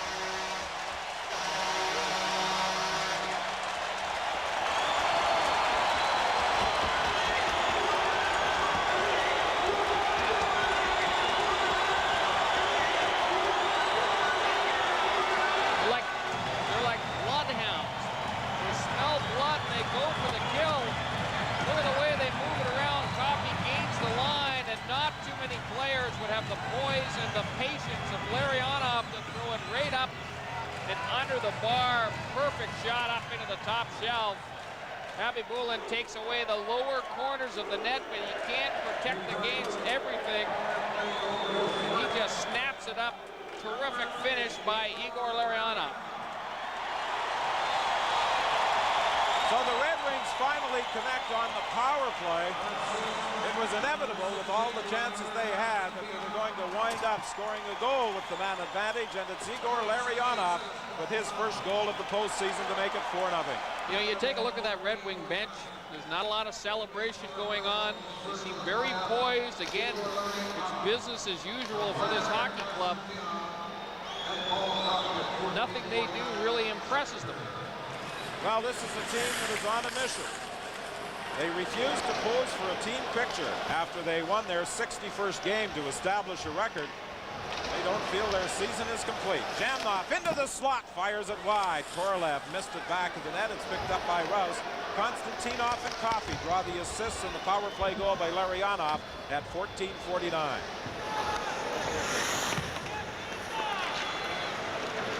Ian Fraser with a rare shift, tried to feed it ahead for Tkachuk. It was broken up.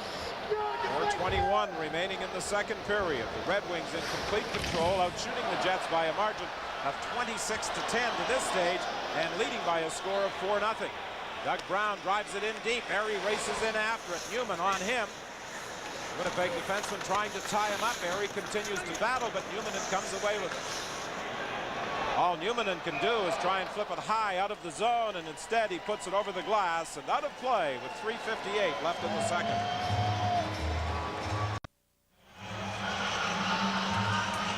.358 remaining in the second with the Red Wings in front by a score of 4-0. The Red Wings, the dominant team in the NHL this year. They started slowly in their first 20 games. They had 12 wins, 6 losses, and 2 ties. But look what they did over their final 52 games. Only 7 losses. They were the dominant team down the stretch. As a matter of fact, the Anaheim Mighty Ducks also played well down the stretch, but missed the playoffs because of fewer victories, even though they tied with the Winnipeg Jets for the final playoff berth. But 62 wins carried the Red Wings to the President's Trophy. Been an incredible regular season for the Red Wings. I would point out that 12-6-2 at a slow start is really a relative term at that point. Most clubs would be pretty darn satisfied with that.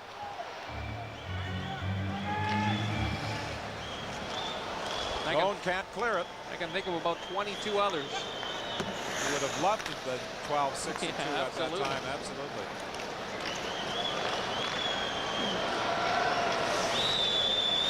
The Red Wings are just smothering the Jets in all 3 zones. And with each goal that they get, they just seem to get better. You know, they've got so much depth, and they just keep coming at you. They keep applying the pressure until you make those mistakes. And they've got a team loaded with finishers to capitalize. It's offside.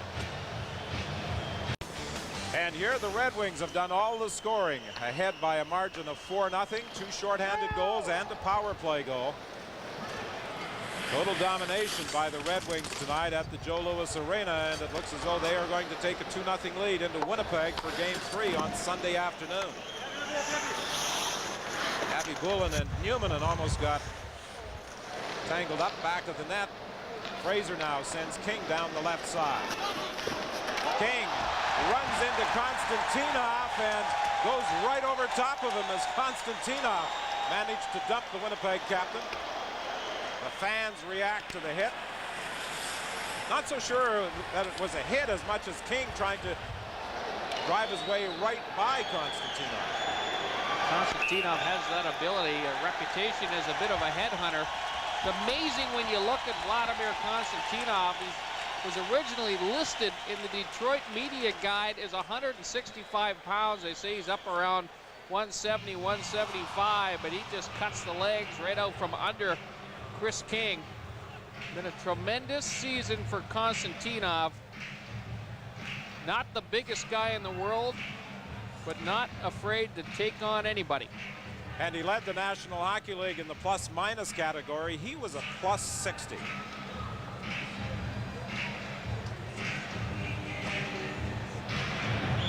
.214 remaining in the second period. Yzerman and Olczyk are in the face-off circle. It appears as though Yzerman is going to be waved out and Primo will come in. Olczyk gets the draw back to Jamnov. Centering attempt. Dallas Drake tied up in front of the net. Primo tried to whip it around the boards and out. Korolev throws it in front. Nobody in position to accept his pass. And the Red Wings skated out to safety. They do even more than that as Yzerman brings it all the way into Winnipeg territory. McCarty bumps with Jamnov. Primo comes in to help out. Jamnov gets the puck softly along the boards to Korolev, but he can't get out. 1:42 remaining in the second period. Muni's attempt to clear is blocked by the Red Wings as they pressure the Jets in their own zone. And the longer that puck stays deep in the Winnipeg territory, the more bodies that Primo and McCarty get to lay on that Winnipeg defense. Believe me, that takes its toll. Now it's Jamnov trying to move the puck out. The Red Wings keep it in. A spin-around shot blocked by Abby Bowen. The Jets right now having difficulty moving the puck out of their own zone. Olczyk goes down after it. That takes off the icing call. Coffey is watching him. Olczyk attempted to center, but it went back of the net. Now at the point, it's Manson with a shot. That goes wide as we move into the final minute. McIver tried to keep it onside, but it's knocked out to center ice. Shannon steps into Coffey as Manson gets the puck, throws it up through the neutral zone. And it's an offside pass with 46.1 seconds remaining in period 2.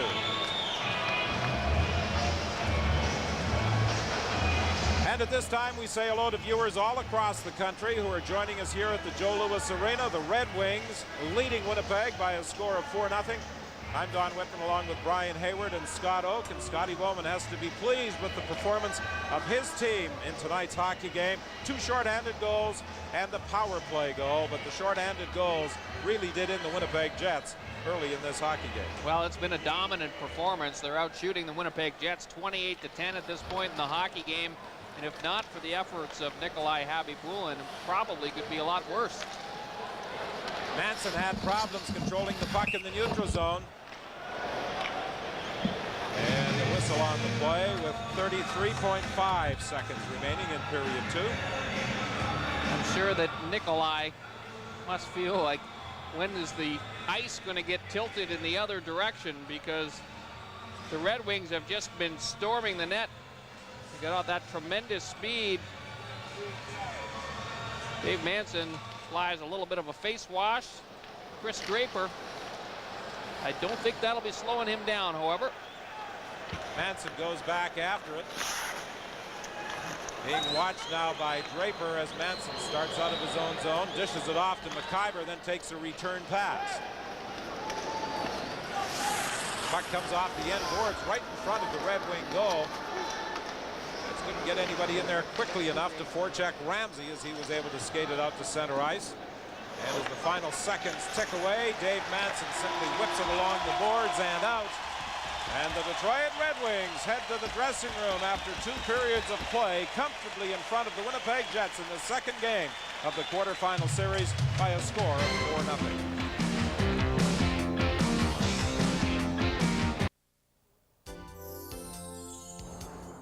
Last night at Maple Leaf Gardens in Toronto, Doug Gilmour to Matt Sundin. He scores the overtime goal, 3rd point on the night for Gilmour, who responds to Gretzky in Game 1. The Leafs win it 5-4 in OT and even the series at 1. The strange part, Doug, about that play, it looked like you were feeding it to somebody other, and it went off McInnes to Matz. Who was it going to? It was going to Larry Murphy, actually. I was behind the net. It looked like they were kind of going over towards Matz, and I saw Larry in the open, and it kind of hit somebody and went to Matz, and it went in. So. This series is all the makings of bloodlust now, of course, with Grant injured. The Blues will be very sensitive if you start to win. How do you discuss that and approach the next 5? Well, by no means you go into a game trying to hurt any individual on any team for what the comments have been said throughout yesterday and today. And we're a hockey club that's just going to go out and work hard, and we've got to compete right now, and that's all we're doing. If last night's any indication of what our hockey club can do and what we're playing against, we should be okay. I want to show you one. We're going to show you a couple of clips here. One that I thought's hilarious, and this one's a beauty. You on Wayne Gretzky's been the matchup, of course, through the 2 games, and before that, you take out Gretzky. Corson and Gretzky are flying along the boards here, and watch the hit on 99. Tell us about hitting him as much as you can. Well, what it was there, we're killing a penalty, and I think anytime you make a pass, a blind pass, I'm just reading to see where Wayne is all night. I've got to compete against him, and I got to beat him, and that's what I'm really basing this series on. If I can go out and beat Wayne Gretzky, then the other guys can do their job. And anytime he has the puck in the series, I got to hit him. That's great stuff. You also took on Shane Corson. We're not going to show that, but it was a hip check just inside your own blue line. Best hip check I've seen since you're an Amy Stag. But now, Shane was really upset, and I'm sorry I threw that on Amy, by the way. We're going to show this little clip here where you block a shot in the final seconds of regulation time. Watch what happens. Brett Hull comes over. It looks like he's concerned for you. God love Brett. He's a good guy. See, he's worried. He's actually checking you. And then Corson comes over and says, get up. Get up. I think Brett was just waiting for the puck to come loose. He actually was. I'm kidding. There's Corson. He's still mad about the hip check you threw. Yeah, he was. There's another guy. He's a fierce competitor and coming back from an injury, but at the same time, we got to be tough on these guys. And maybe just a final comment on what you've done through this 2-day break. It's strange to get a couple off after only 2 games. How did Nick approach that, and when do you head off to St. Louis? Well, we head off tomorrow. We leave at 4 o'clock. Today was a great day. I spent most of the day at home, and I kind of enjoyed the sunshine a little bit, went for a walk, but I've been on the couch. I got to say, I've been on the couch. The body's pretty sore right now. Well, you can go right back there and watch the rest of the game. Appreciate you coming in. Thanks, Ron. Doug Gilmour, captain of the Toronto Maple Leafs. His club heading for St. Louis, tied a game apiece in their quarterfinal series. More action next on Molson Hockey Night in Canada on CBC. The Red Wings got a first period shorthanded goal from Paul Coffey, another from Doug Brown. Then Chris Draper scored at even strength. Igor Larionov on the power play. Keith Tkachuk was expected to be a factor in this series for Winnipeg, but as a goal scorer, not spending time in the penalty box, and he took 3 penalties in the second period. Yeah, and some bad ones too, right in front of referee Bill McCreary, and our own Scott Oak actually talked to Tkachuk earlier on. Keith, you've acknowledged your role as the leader on this team, but are you personally frustrated out there tonight? Oh yeah, I mean, especially when you're getting bad refereeing like that. You know, when you're in the penalty box, you might as well bring your Pierce out there to play. How about your power play? At one point late in the season is going 40%. It's a liability tonight. How do you explain that? Everything's a liability. Everything that goes. We had everything against us tonight. It's just very, very, very frustrating. Feel sorry for your goaltender? Yeah, I mean, he's been great all year. I mean, we got to put him through this. It's he's been great all year. We can't happen like this. Well, some of the problems the Jets have created themselves, but they were scored upon on a very obvious offside goal by Chris Draper. Well, there's no question that they are outmatched against the Detroit Red Wings, and for this club to be successful, the bottom line is those first 2 lines have to be very productive. Detroit has the edge in the depth department. Players like Dave Manson, Tkachuk and Janney and the likes have got to start putting the puck on the net and generating some offense. Otherwise, it's Happy Bulin all by himself. Well, the cross-checking call has been assessed by referee McCreary. There was the first period goal by Coffey, shorthanded at 6:35, followed up by another shorthanded goal by Doug Brown. Then it was Draper at even strength on an offside, what should have been an offside call, and Larionov on the power play. And now Keith Primo goes to the box, and the Winnipeg Jets will have a power play. We'll get a chance to take a look at the penalty right here. Both hands on the stick. Primo actually shatters the shaft of his stick over the left arm of Dave Manson. Not too much question about that one.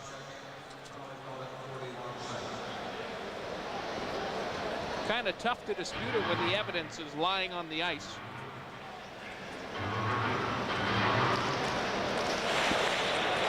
Fedorov gets the puck back to Lidstrom. Lidstrom takes his time before lobbing it in on Happy Bulin. Tverdovsky now.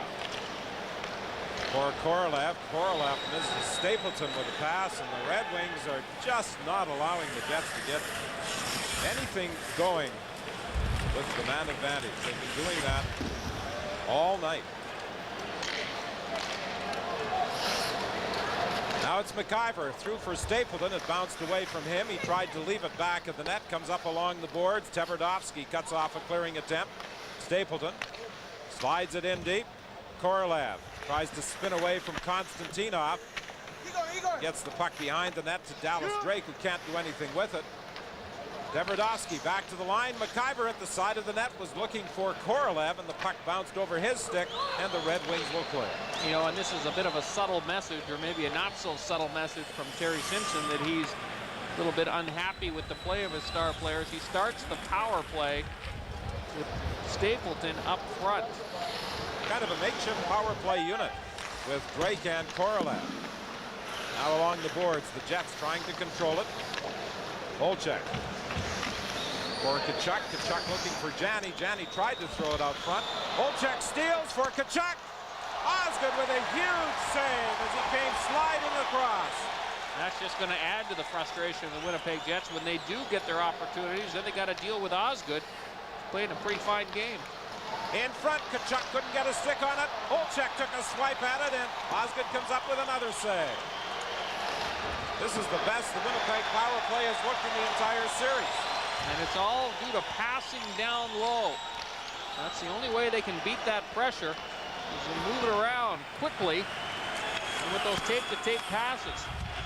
And the fans at the Joe Louis start a chant of Ozzy, Ozzy, Ozzy. He's become a real favorite here in Detroit.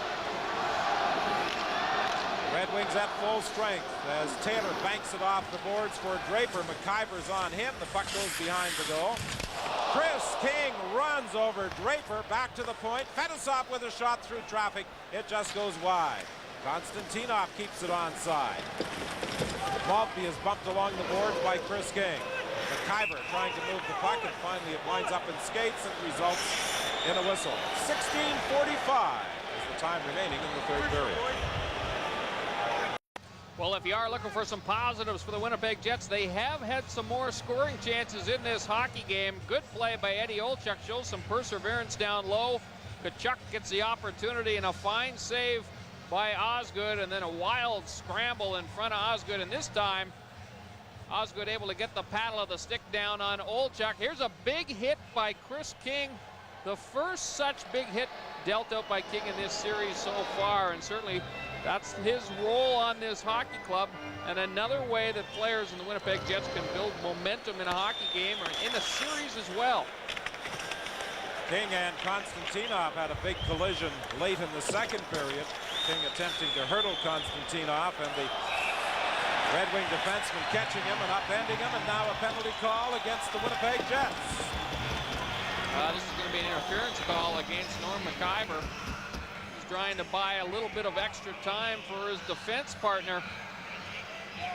The chance to see it right here. Take a look at McIver. He just hooks Chris Draper from behind. Draper goes down. A little bit of a dive perhaps by Draper, but Bill McCreary buys into it. McIver can't believe it.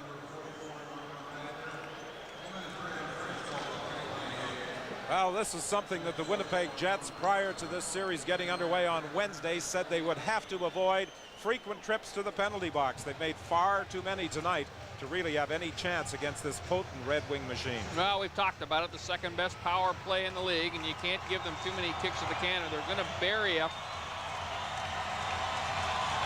Dave Manson has to step up in this series. Manson has not been a factor on the positive side for Winnipeg. They need a lot more out of him.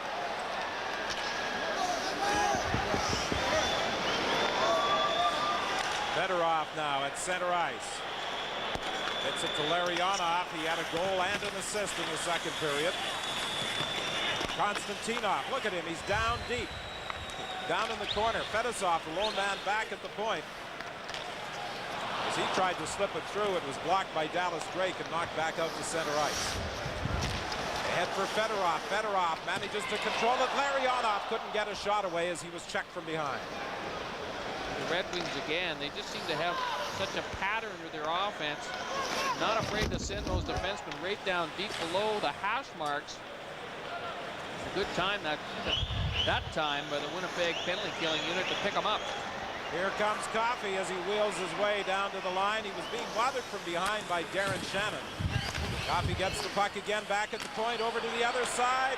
Cross ice to Yzerman, and he fanned as he tried to one-time the setup from Lidstrom. 47 seconds remaining in the penalty to Norm McIver. Paul Coffey starts out of his own zone again.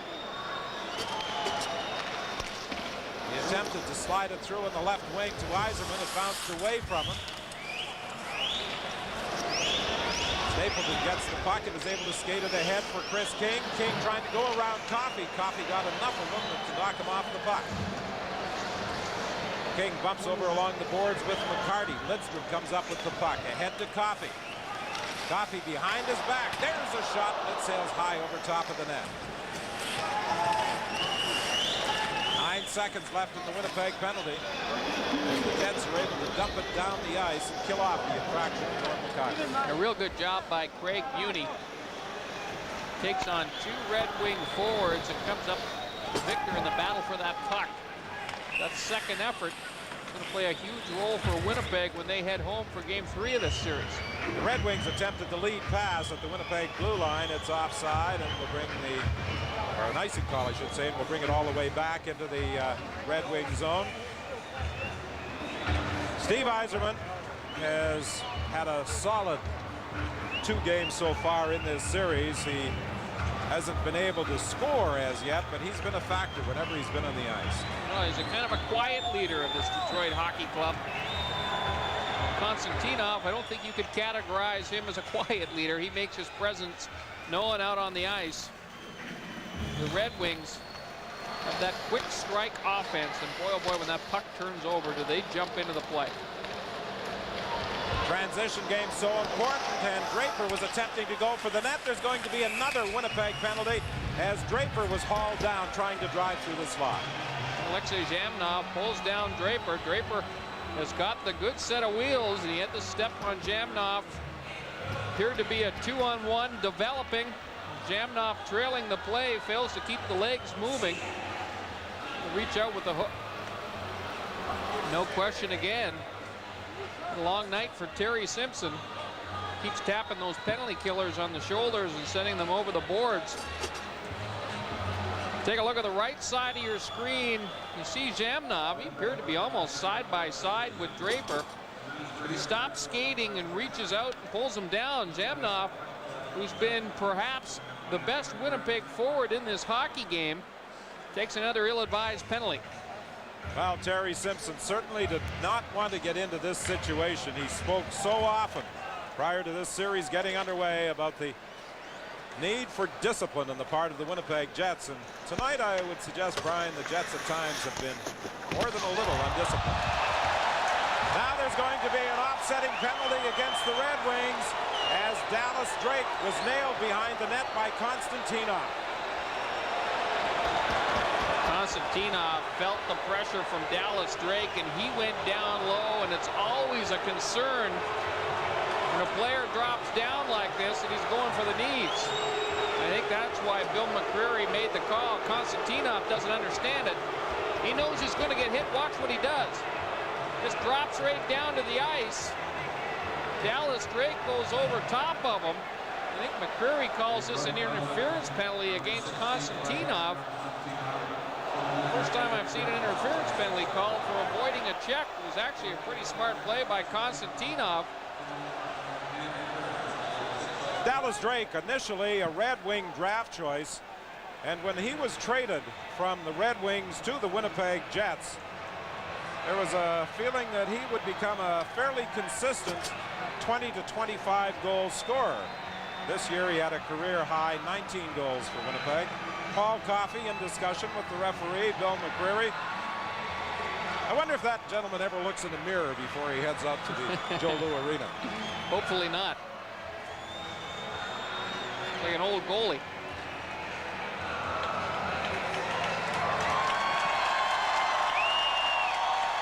Centering attempt, and Keith Tkachuk in the slot couldn't reach it. 4 against 4. Zhamnov in the penalty box for Winnipeg. Konstantinov for the Red Wings. Here's Tkachuk now trying to work past Lidstrom. Long shot. It bounces on Osgood, but it slides off to the corner. A centering attempt by Janney is picked off and dumped down the ice. Back after it goes Dave Manson with 13:30 remaining in the third period. Winnipeg trailing by a score of 4-0. Two shorthanded goals, one in the first, one early in the second. Really the undoing of the Winnipeg Jets tonight in this second game of the quarterfinal series. From a sharp angle, the puck fired wide. Yzerman fed it in neatly to Brown. Now Janney for Newmanen. Newmanen tried to fire it back into the slot area. It's intercepted by Coffey, who skates away with Fedorov. Fedorov puts on the brakes. Tries to get it back to Coffey. Coffey having problems, now picks it up. Coffey circles back to the line, still controlling, working around Finlay. Listen to the crowd react as he tried to go the wraparound route, but had it poked away at the last minute. The Jets just kind of standing around. They go into a little bit of a prevent defense. Coffey just hangs on to the puck, but with that skating ability of his, manages to get something going. Korolev took that shovel pass up the middle from Stapleton, but had problems controlling it as it bounced towards goaltender Osgood. Another penalty call. Referee McCreary has his arm up, indicating a Winnipeg penalty, and the Red Wings get the extra attacker out there with Osgood going to the bench. And ahead to Fedosov. Fedosov works his way in across the line. Jamnov is back in the ice. Now Fedosov feeds it back to the point. Lidstrom at the side of the net. Fedorov trying to slide it out front, and it's smothered by Khabibulin. 1 second remaining in the penalty to Konstantinov, and it looks as though Dave Manson was fingered by referee Bill McCreary. It's going to be a roughing call against Dave Manson. Again, another very undisciplined penalty for the Winnipeg Jets. Right now, let's go down to ice level, and here's Scotto. All right, Don, Mark Howe's 22-year distinguished pro hockey career ended last year here in Detroit. Mark, before I ask you about that, are your former mates a team of destiny this year? I think so. I mean, we had a failing last year, and this team has grown even so much more from the failing we had last year. So, I mean, I'm looking forward to it. Any regrets about not sticking around one more year to try and get the Stanley Cup ring that you don't have? No, I try to look forward instead of looking back. So the body's telling me to quit, and I finally listened to it. Great to see you again. Thanks for your time, Mark. Well, thank you. Larionov in the corner. Centers it. It went through the crease, and the Winnipeg Jets' Chris King starts away. A roughing penalty against Dave Manson. 11:42 remaining in the third period. The Red Wings in front by a score of 4-0. Still 1:36 remaining in the Manson penalty. The long shoot in comes off the end boards. Kozlov takes his time, but Khabibulin slid across with him. Khabibulin shows tremendous balance as he moves laterally across that goal crease, maintains his feet to make the save on Kozlov. It's another look that the Red Wings give you. This time they dump the puck in. You don't expect them to do that. You've got Kozlov streaking through the center of the ice. Look at Khabibulin. He does a tremendous job of maintaining his balance, allows him to make a fine positional save. Well, the Red Wings are impressed with the way Nikolai Khabibulin has played. Some of them said, we don't really know how to pronounce his name, but we do know one thing, he can play goal. I have a little difficulty with that myself. Larionov tried to fire it across to Fedosov, sneaking in from the point, and all 6 Red Wing defensemen have been jumping up into the play tonight. I think that's a souvenir that may have wound up in a glass of the bubbly here at the Joe Loup. Now the question is, will he save the drink? I'm betting yes. Yeah, you know, you look at this hockey game, you look at the guys who are supposed to be the leaders and who must lead this Winnipeg team if they're going to be successful. And you're talking about Keith Tkachuk, you're talking about Dave Manson back on the blue line. And when they take bad penalties, it sends a message that, you know, that they're just not playing the game the way it needs to be played in order for Winnipeg to pull out a victory.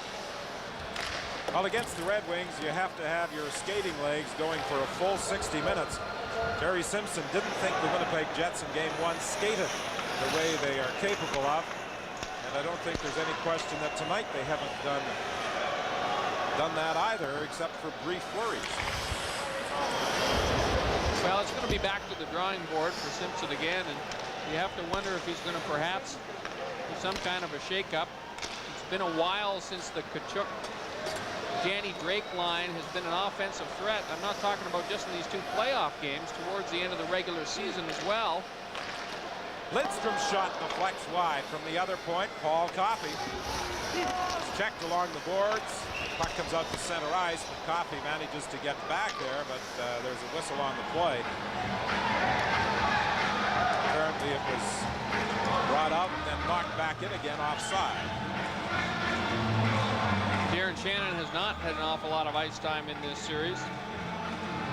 Certainly Shannon can be an effective performer down low in front of the net and on the forecheck as well. I think that Chris King has perhaps played his best period of hockey so far in the postseason tonight. Laid out a couple of pretty good hits. Still 24 seconds remaining in the penalty to Dave Manson. Draper is out there with Taylor and Brown for the Red Wings. Mike Ramsey drives it in deep. King is checked along the boards. Draper trying to free it. Now Taylor looks back to the point, gives it instead to Draper. Draper got turned around, but still manages to control the puck, gets it back to the line to Rouse. Rouse's shoot-in is blocked, and the Winnipeg Jets bring it out with the penalty to Manson now over. Davidovsky couldn't shoot it in. King brings it in. He lets a long shot go high off the glass. Rouse and Stapleton battle along the boards. Now King comes in to help out. Draper is there as well, and he comes away with the puck.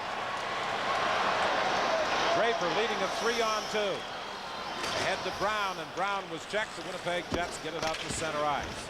Eastwood is bumped. Stapleton trying to move it ahead. Picked up now by Eastwood. Eastwood drops it off for Shannon. Shannon attempted to throw it in front. It was blocked. McIver leaves it back to the net for Shannon. Shannon to the point to Dave Manson. Manson winds up, shoots right on. The rebound off the side of the net. Almost steered in by Mike Eastwood.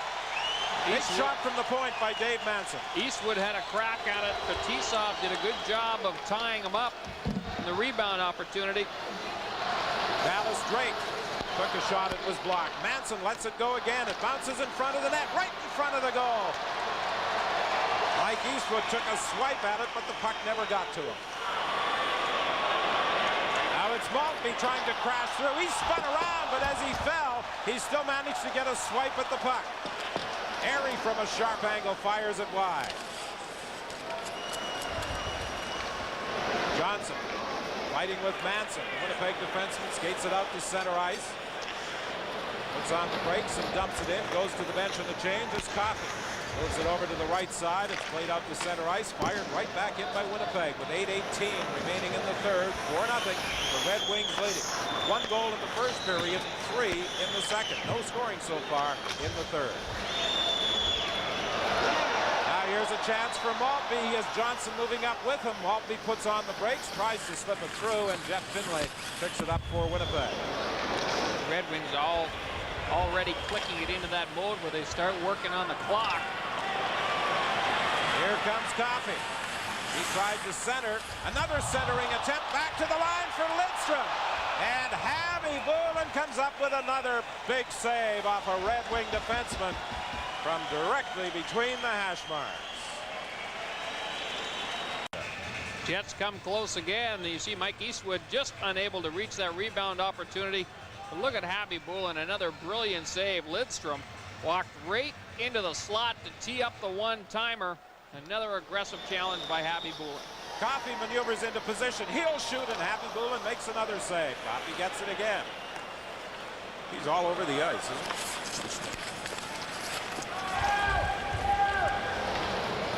7:27 remaining in the third period.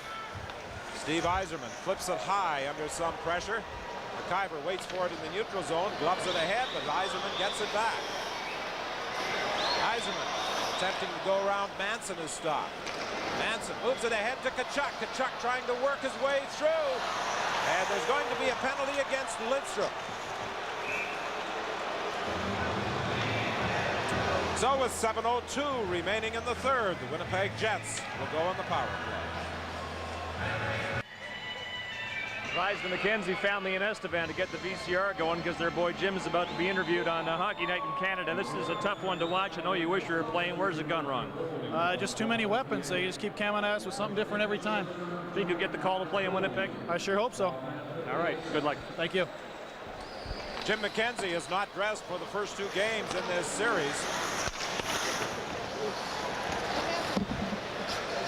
Winnipeg Jets on the power play.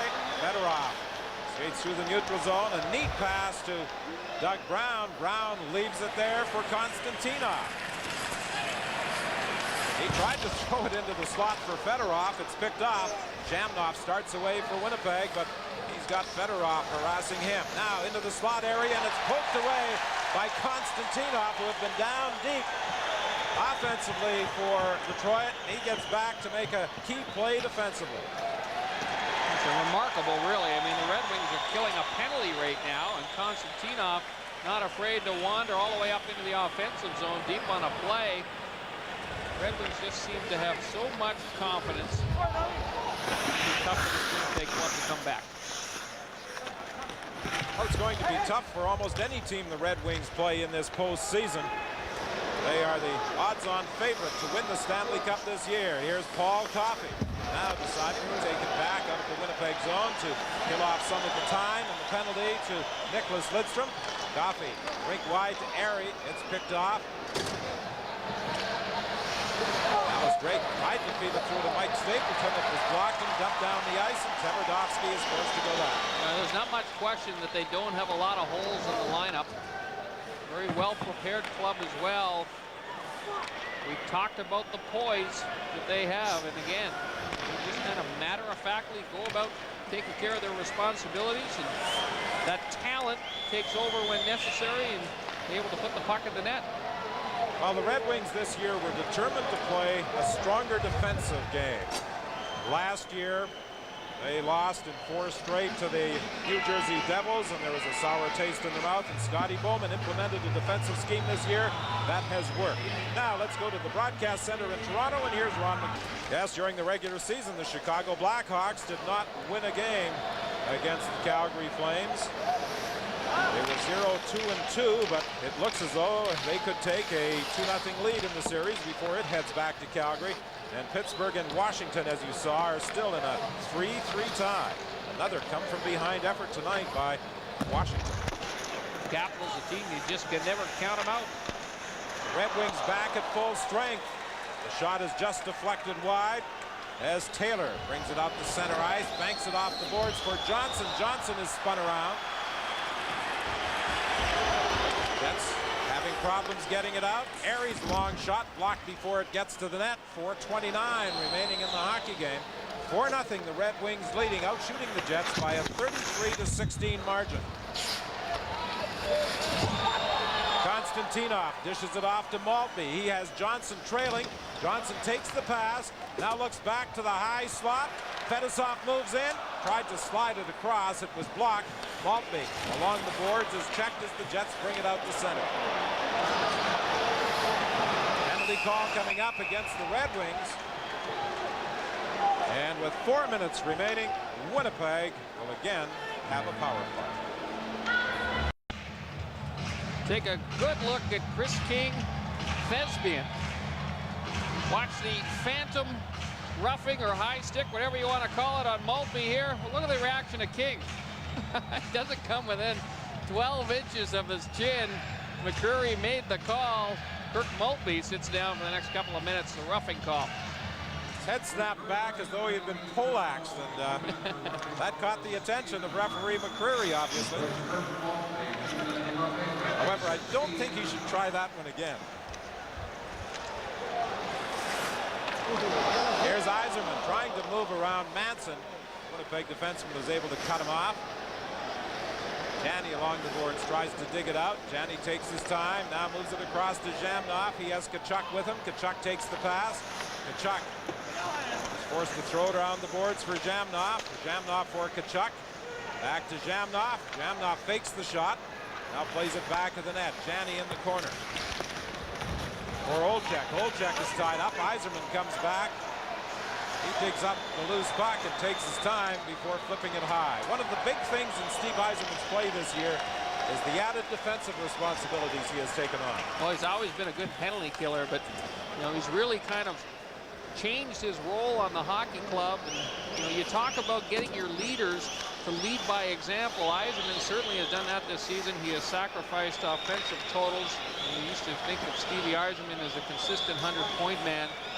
He continues to score pretty impressive numbers, but it's the work back of the blue line that has really drawn the amount of praise for Yzerman this season. Now the fans send up another chant of Ozzy, Ozzy, Ozzy. Stapleton feeds it out front. McIver's shot is high. Orland looks to the point. Now McIver getting set, dodges a check. McIver feeds it back to Newman at the side of the net. Korolev across to McIver. He shoots and fires wide. At the point, Newman keeps it onside. McIver moving in. Tkachuk in front of the net. He's in a real battle there with Bob Rouse. And finally the Red Wings clear, and that will go off the penalty to Malkin. Well, Tkachuk was also in a real battle with Chris Osgood. Osgood hit him square in the back a couple of times with the blocker. Tkachuk reminding Bill McCreary of that as he left the ice surface. Taylor pushes it ahead to Johnson. Johnson flips it into Winnipeg territory. Back after it goes Craig Muni. He's bodied by Kirk Maltby, and now Maltby steps into Darren Shannon. This line doing a lot of hard work for the Red Wings in the offensive zone, playing a very physical game. Well, it's pretty much mop-up time, and I'm sure that Scotty Bowman wants to protect his skilled players towards the end of a hockey game and not risk any kind of injury. I mean, the game, for all intents and purposes, is over. It's already won. The only thing left to be decided is whether or not they'll be able to maintain the shutout for Osgood. Osgood during the regular season had 5 shutouts. We're in the final minute. Larionov is out there now. He goes cross ice to Primo in the slot. It bounced away from him. The fans standing, roaring their approval. They like what they've seen from the Red Wings tonight here at the Joe Louis Arena in this second game of the quarterfinal series. This series will shift to Winnipeg for games 3 and 4 Sunday afternoon and Tuesday night. And of course, we'll have them for you on Hockey Night in Canada. Darren McCarty tried to cut through the neutral zone. He was upset at the blue line by Norm McIver as the fans begin the countdown.